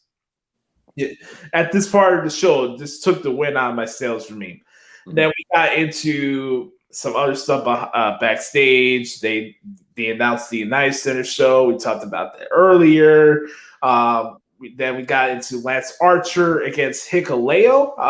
By the way, Hikuleo, another guy I see on New Japan Strong each week. Young talent, the son of Haku and the brother of the Grills of Destiny. I like Hikuleo. He's done a lot of good stuff on New Japan Strong. And even though this match was kind of short, when I was typing it out, but this was more to make Lance Archer look good, so I understand why they did it. But Hikuleo is a good talent. It's a guy you should keep your eye on as the most go on. So this didn't really bother me. This is the type of matches I would like to see more on AEW, where they're having the matches enhance the main people on the show. They try to use that for Dark, but you watch Dark, it's just matches to pad stats. It's not getting people to another level or making them look good. That's the problem. So when it comes to this match, I thought it was pretty good. Yeah, I like it too. What was your thought? I agree with you, Josh. I thought this was a cool match too. Again, we're objective here. You know, this was a good part of the show. AEW did something right here. This was great. Very cool to see King Haku I've been a fan of Haku's for a long time. I think unfortunately, I think in WCW he got overshadowed by the NWO and didn't really get a chance to be what he like the dominant force that he could have been as in WCW. But I thought that the match itself was fine, and like you said, it was to pump up Lance Archer, and I had no problems with that at all. So that was great. What's next that we need to? Okay, then we get into we get into Cody Rhodes in an interview, but we get another backstage brawl with Malachi Black, who we haven't seen on television in 3 weeks. Yeah. So all of a sudden we're supposed to remember who he is, and then he comes out and attacks Cody Rhodes. Fine, that was stupid. You see how much of a geek Tony Khan looked like? Yes. And then we get Miro and his open shot for the TNT. Now, apparently, he's got a new gimmick now. I saw a tweet from you, Josh, that said like his new theme music is cool. Yeah, I do like his new theme music. It's pretty good. I saw something they're calling him the Redeemer or something. Yeah, is that his new gimmick that he's like the savior of AEW now? And is he like the new Messiah now? I don't know. And he's so funny because people are like shitting on Seth Rollins because he played a Messiah character, but now Mir's doing it, and now it's like awesome, like it's like the double standard stuff we talk about all the time.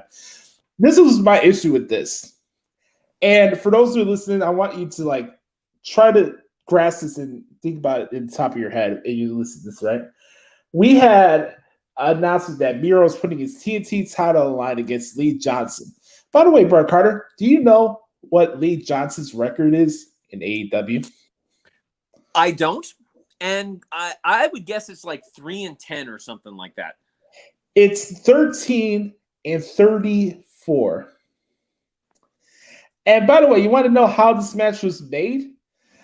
So AEW's been pumping up this mobile app where you can be a booker, and it's like a mobile gaming app or whatever. So they had a tournament, and the winner of that tournament got to pick a match for AEW Dark Elevation, and the winner of that match would fight Miro for the TNT title. And guess who was in the match? It was Lee Johnson and Luther! Oh, what? God. Are you shitting me, Josh? No, I am not shitting me. This actually happened. If this is not further proof that the IWC dictates what happens on AEW every week, I don't know what is. Oh, God. Luther against Lee Johnson to qualify for the TNT title. You want to tell me that your wins and losses in AEW matter? You're completely full of shit. I just call it what it is. So Miro's going to run through Lee Johnson, and then what? So here's what you're saying, Josh. You've got all of this talent on your roster that is featured in somewhat prominent roles on television each week. Jungle Boy, Sammy Guevara. And I know you don't like Sammy Guevara, but he is featured, in a prominent storyline. Sammy Guevara, Jungle Boy, Darby Allin, MJ, and I know they're involved in other storylines, but you get my point. You have all this great talent that could challenge for their secondary title, but instead you're getting a guy from AEW Dark who is essentially at the bottom of the rankings that I have not seen on my television in I don't even know how long, because I don't watch Dark or Elevation because I don't have time, or I'm watching Raw on Monday. But this person is going to get the challenge for your secondary title. Like, are you kidding me? How does that make sense? But Booker of the Year, pal. Like, how does that make absolute any freaking sense at all? It doesn't. It doesn't. This, yeah, he's gonna destroy Lee Johnson. Like, then who's he gonna? Then what's he gonna go through next? Luther, maybe Butcher. Who's next? The candlestick maker, the Butcher, the baker, the candlestick maker. Yeah, I don't know. We had this conversation last night at S&D about it, but like, I wouldn't rush Jungle Boy to fight Miro. I wouldn't do that. By the way, if you want to make Miro look good, have him fight Christian Cage. Right. have Miro be the guy to end Christian Cage's undefeated record. You're bringing in all this ex-WWE talent. Put them to use. Don't just, sign the check so they can just go out there, stand there, collect their big payday, and go home. Yeah. The fact that Lee Johnson and Luther was a match, let alone to qualify for TNT title matches, is absolutely mind-boggling to me. Hey, they do no wrong though. By the way, I got the comment lined up. Yeah, please go ahead. So I'll say that in a couple of minutes, but we got something to talk about here. So we had, speaking of Christian Cage, we had Christian Cage and the Jungle Express against the Hardy Family Office.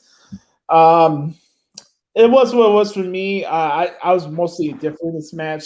The fact that Christian Cage and Stunted Grove had to run after Matt Hardy and his was something that I really skip out.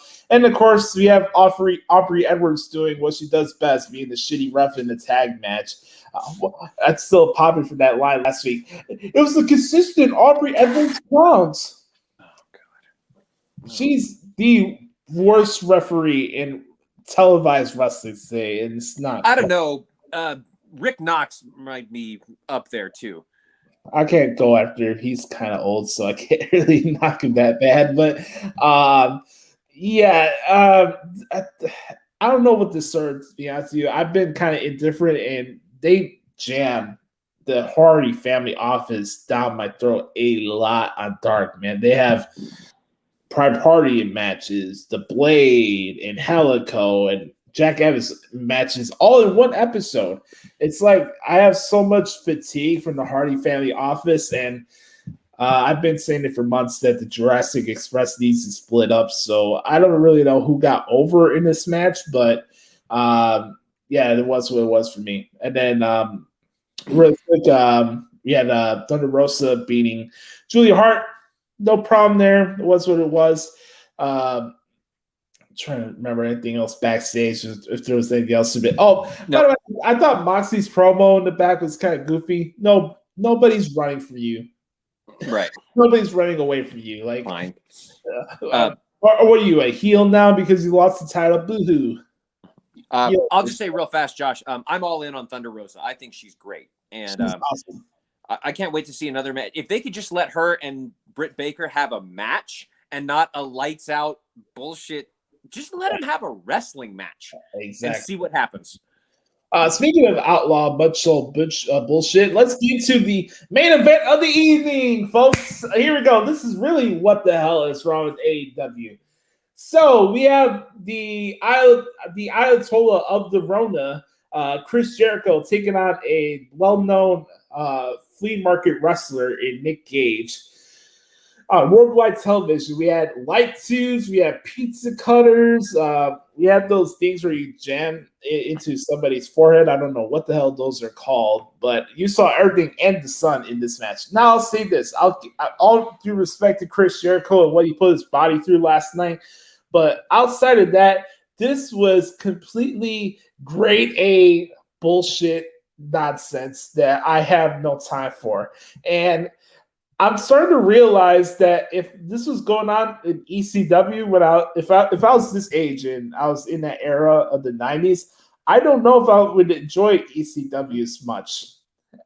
Now that I'm thinking about it, like this deathmatch, garbage ass wrestling is so ridiculous to me. And the funny thing about this is this hasn't got me any more excited for MJF and Chris Jericho, which is the point of this feud.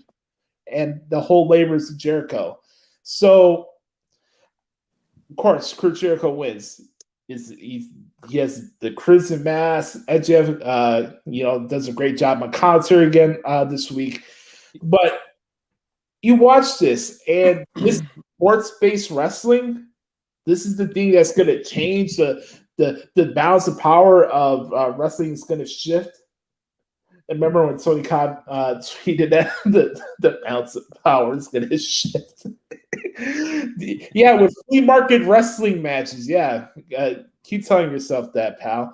But, I see that was the first Nick Gage match I ever transcribed. And after typing that down last night, I hope it's the last one that I typed out. This was embarrassing.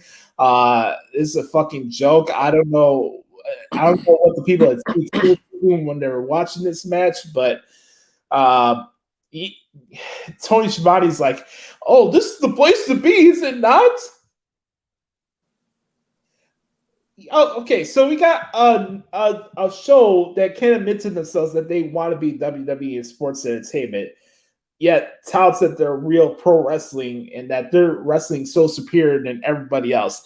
This is the same fan base who thinks that AEW's wrestling is so superior than everybody. It acts pretentious. It reminds me of people that I went to high school with, like these pretentious ass dweeb AP algebra, AP English people who are snarky, morose, who think their shit don't stink and think they're smarter than other people because of yada yada yada. And it's like, first off, look in the mirror, and secondly, go fuck yourself. And here's the thing: if you're into this Mudshow garbage wrestling, more power to you. But for me, as somebody who wants to invest in a different wrestling promotion outside of WWE, this does nothing for me. And it's absolutely embarrassing that this is the way they close this program, and that your big announcement for next week is bringing out Juventud Guerrera.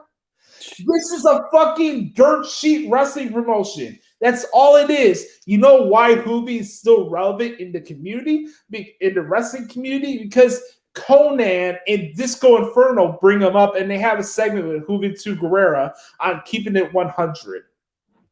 Literally, this is a fucking mark-based wrestling promotion. The storylines is written by anybody that comment on a wrestling post on WrestlingRumor.net's Facebook page or any other website. I'm calling it what it is. You know why those people get in their feelings and so defensive and they're going after your article? Guess what? Because AEW is a representation of them.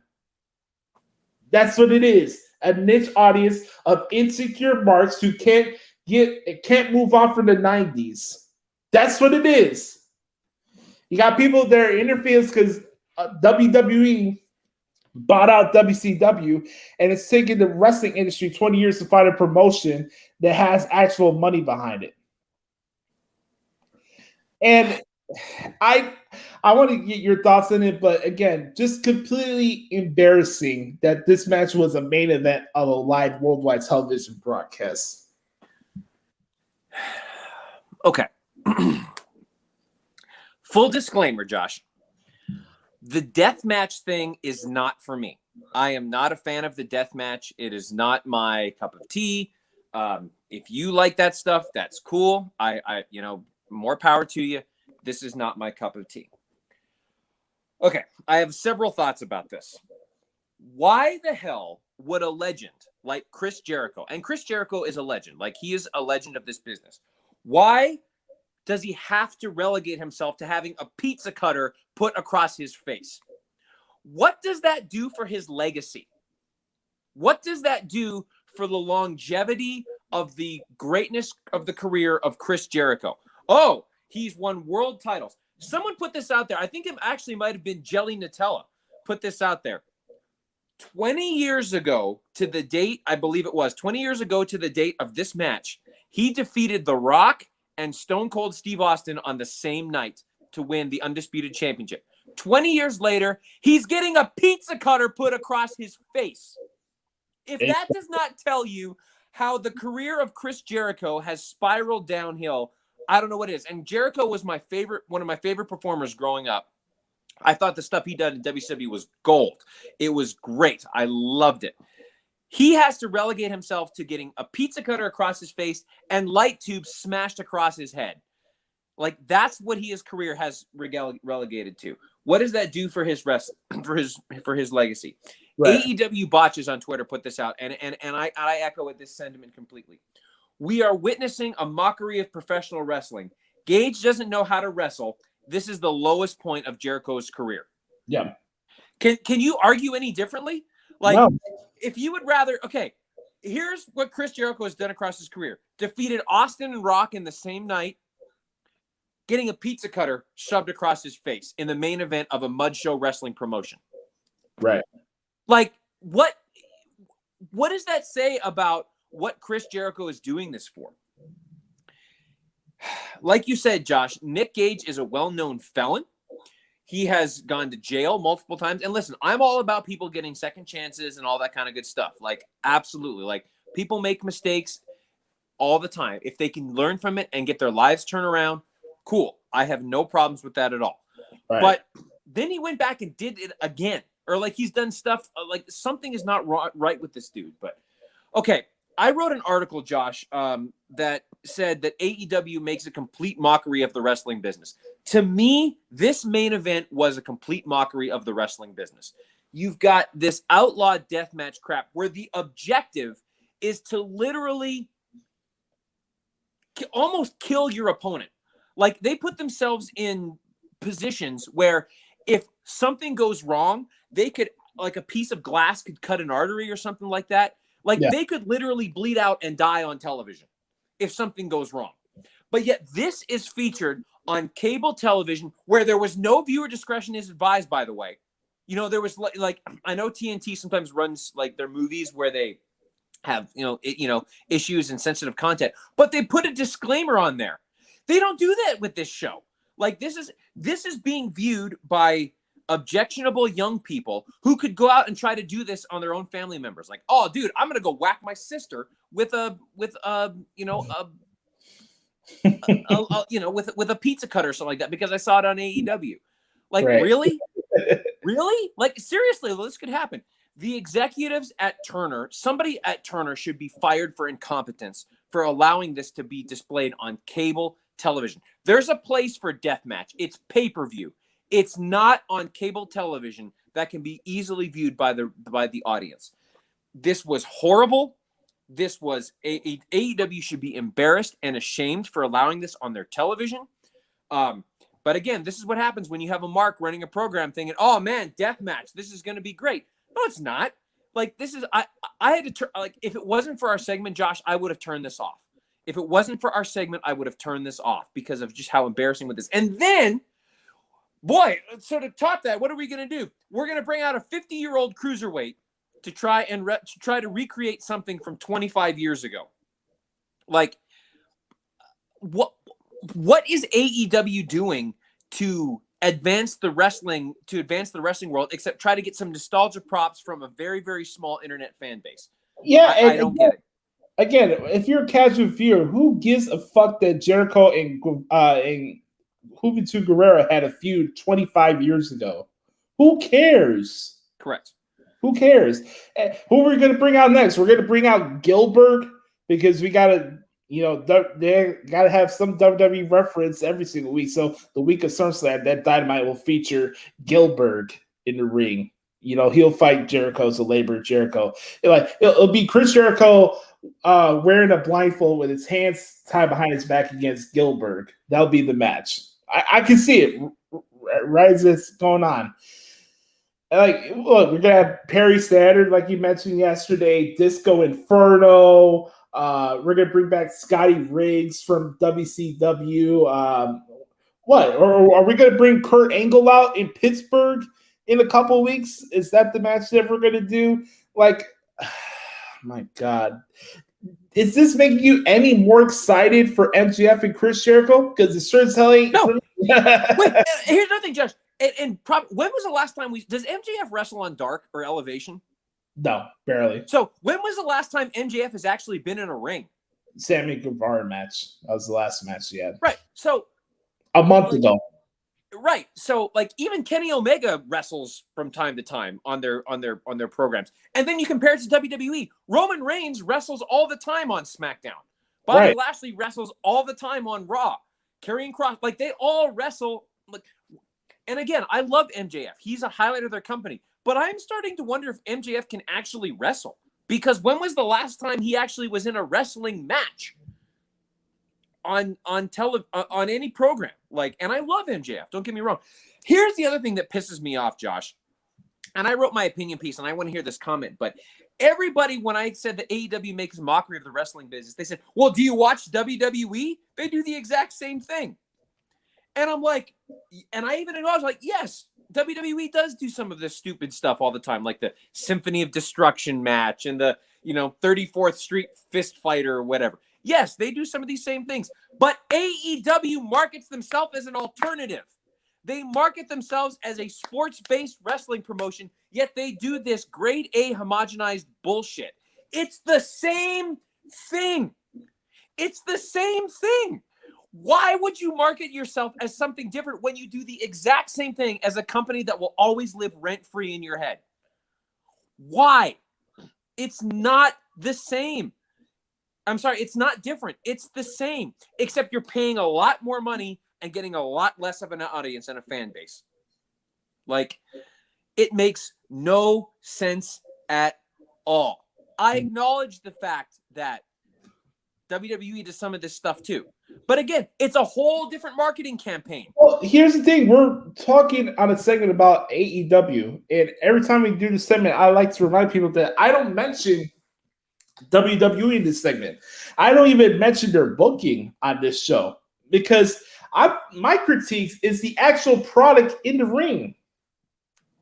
Well, we're talking about AEW. I haven't mentioned, this happened, so this is the reason why WWE is better.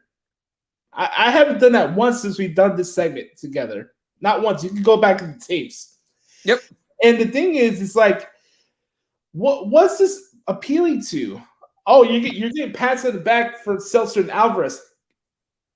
But here's the thing. They're in the fucking creative meetings. So why are those the guys that you're getting approval from? Why is that the people that you're trying to seek validation from? It's just embarrassing. I can't wait to hear what Cornette has to say about this because that's comedy gold to the likes of George Carlin back in the day. But again, if you enjoyed this show and you enjoy AEW and they do no wrong, more power to you. I'm not going to tell you to not watch AEW or feel anything. This is just my opinion. This is Britt Carr's opinion. But this is towards the people with the hyperbole and act like they do no wrong and stuff like that. That's the stuff that we're addressing on here. By the way, to plug your article, because we got to wrap this up soon. Yeah. Yeah, so you had your article. You did a fantastic job. Thank you. I saw a comment on there, and I'm going to mention the name. Here's a guy named Matt Blaze. So bear with me as I read this out loud to process and the point of this is what an AEW fan sounds like, and this is what they're appealing to. Okay? You just don't get it, do you?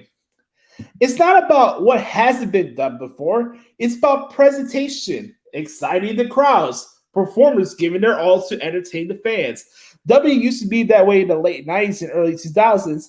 Ever since they went public, they became a washed-down kiddie show with the same participants in the same matches. If you go back in history, wrestling has always been about violent, bloody, and had compelling stories that led up to feuds. Wrestling has always been scripted violence on the same level as real violent sports like boxing, MMA, and even football. What WWE is doing, and you really can't blame Vince McMahon for it, is keeping shareholders happy. Oh, hold up. Let me pause that really quick. Correct me if I'm wrong, Brett Carter, but isn't the point of professional wrestling to make money? Yeah, because, Josh, I know it's hard to believe, but is it supposed to hold up? Are you supposed to make money or make dirt cheap wrestling fans jizz in their pants? Which one is it? Believe it or not, Josh, you need money to actually have a wrestling promotion so that you can pay your people. Exactly. Let's continue. Keeping Fox Sports and streaming services happy by toning down the violence so the money keeps piling up. You see, WWE's money does not come from the wrestling itself, but the big TV deals they've made. So this is why AEW is better, because they've gone back to the roots of... They got back to the roots of wrestling, which is scripted violence, bloody matches, and over-the-top promos. And right now, this is what Final Light right here, right? AEW is kicking WWE's ass with a lot of exclamation points. I want to congratulate Matt Blaze for typing out the stupidest comment I've seen in 2020. And that includes conversations about COVID-19, where the earth is flat, the Black Lives Matter debates and stuff like that. This has to be up there with one of the stupidest things I've seen this entire year. So you mean to tell me that Le Dinner Debonair is the roots of professional wrestling? That Marco Stunt, Jelly Nutella, Luther, we can keep going down the list here. The Luther, Goof Brothers. Yeah, this is the root of professional wrestling, right? Remind me when you're done, Josh. I have one more funny thing, but go ahead. Yeah. Having death matches 3 consecutive weeks on television is the roots of professional wrestling. Get the fuck out of here. What this comment does, Josh, it proves my article true. It proves my article true. And look how defensive he is. He outs himself for the fact that the only good wrestling, Bret Carter, is shows that are TV 14, bleeding, and promos that you're allowed to swear. So that's the whole thing to get wrestling over and wrestling talents over. What the fuck are we doing here? Again, that's the thing. It's a very, very small percentage of the entire wrestling community. I don't know what's a dumber comment, saying that Aubrey Edwards has a consistent count or AEW is going back to the roots of professional wrestling. Get the fuck out of here with that nonsense. On that note. One thing, I'll be real quick, Josh. I heard a comment the other day that someone said that Don Callis looks like a giant penis, so they should call him Don Phallus. Oh, fuck. Right. I think we need to start calling him Don Phallus. Yes. On that note, that's a wrap for what the hell is wrong with AEW this week. Let's get out of here.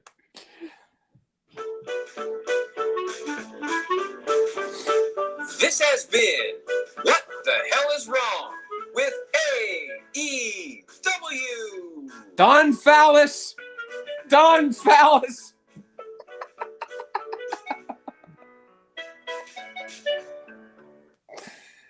My God. Okay.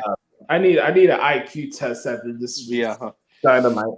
All right, folks, I want to thank you guys so much for hanging out with us this week. This is another fun edition of the Hoots podcast. Make sure to subscribe right now anywhere you get your podcasts from so you never miss an episode. Make sure to subscribe to our YouTube channel as well. Make sure to press that bell notification so you never miss an episode for us. So you can interact with us live like Brett did. A lot of good people interacted with us today during the show. Make sure to follow Brett Carter on Twitter at Derek Stoughton. Make sure to support his work at WrestlingRumors.net so you can read that article. And also check out DerekStoughton.com. I'm at Twitter at Josh Lopez Media. Follow me on Instagram at Joshie Lopez 94. Also, I also do work on the side doing analyst work on the SND network with Andrew Bagdala and Blake Mitchmore. It's been a lot of fun interacting with those guys over the last couple months or so. I'm glad to play a small role in their little thing they got. On their thing they're going on. There's a lot of big things on the horizon, and SNE is a really good network, and they're doing a lot of good content. So support SNE. So make sure to bookmark ProWrestlingTrashTruths.com. And again, to subscribe to the podcast, we're over 300,000 downloads on Anchor, which is really cool, and we're kicking ass. So it's all thanks to each and every one of you who supports the show each week. So remember, folks, be the authentic product that is yourself, and never forget, nobody dictates the pace of your life but yourself. For Brother Carter, I'm Brother Adam. This has been episode 268 of the Hoots podcast. We'll be back here next week for another fun edition of the Hoots podcast. Have a wonderful weekend, everybody. Yes, sir.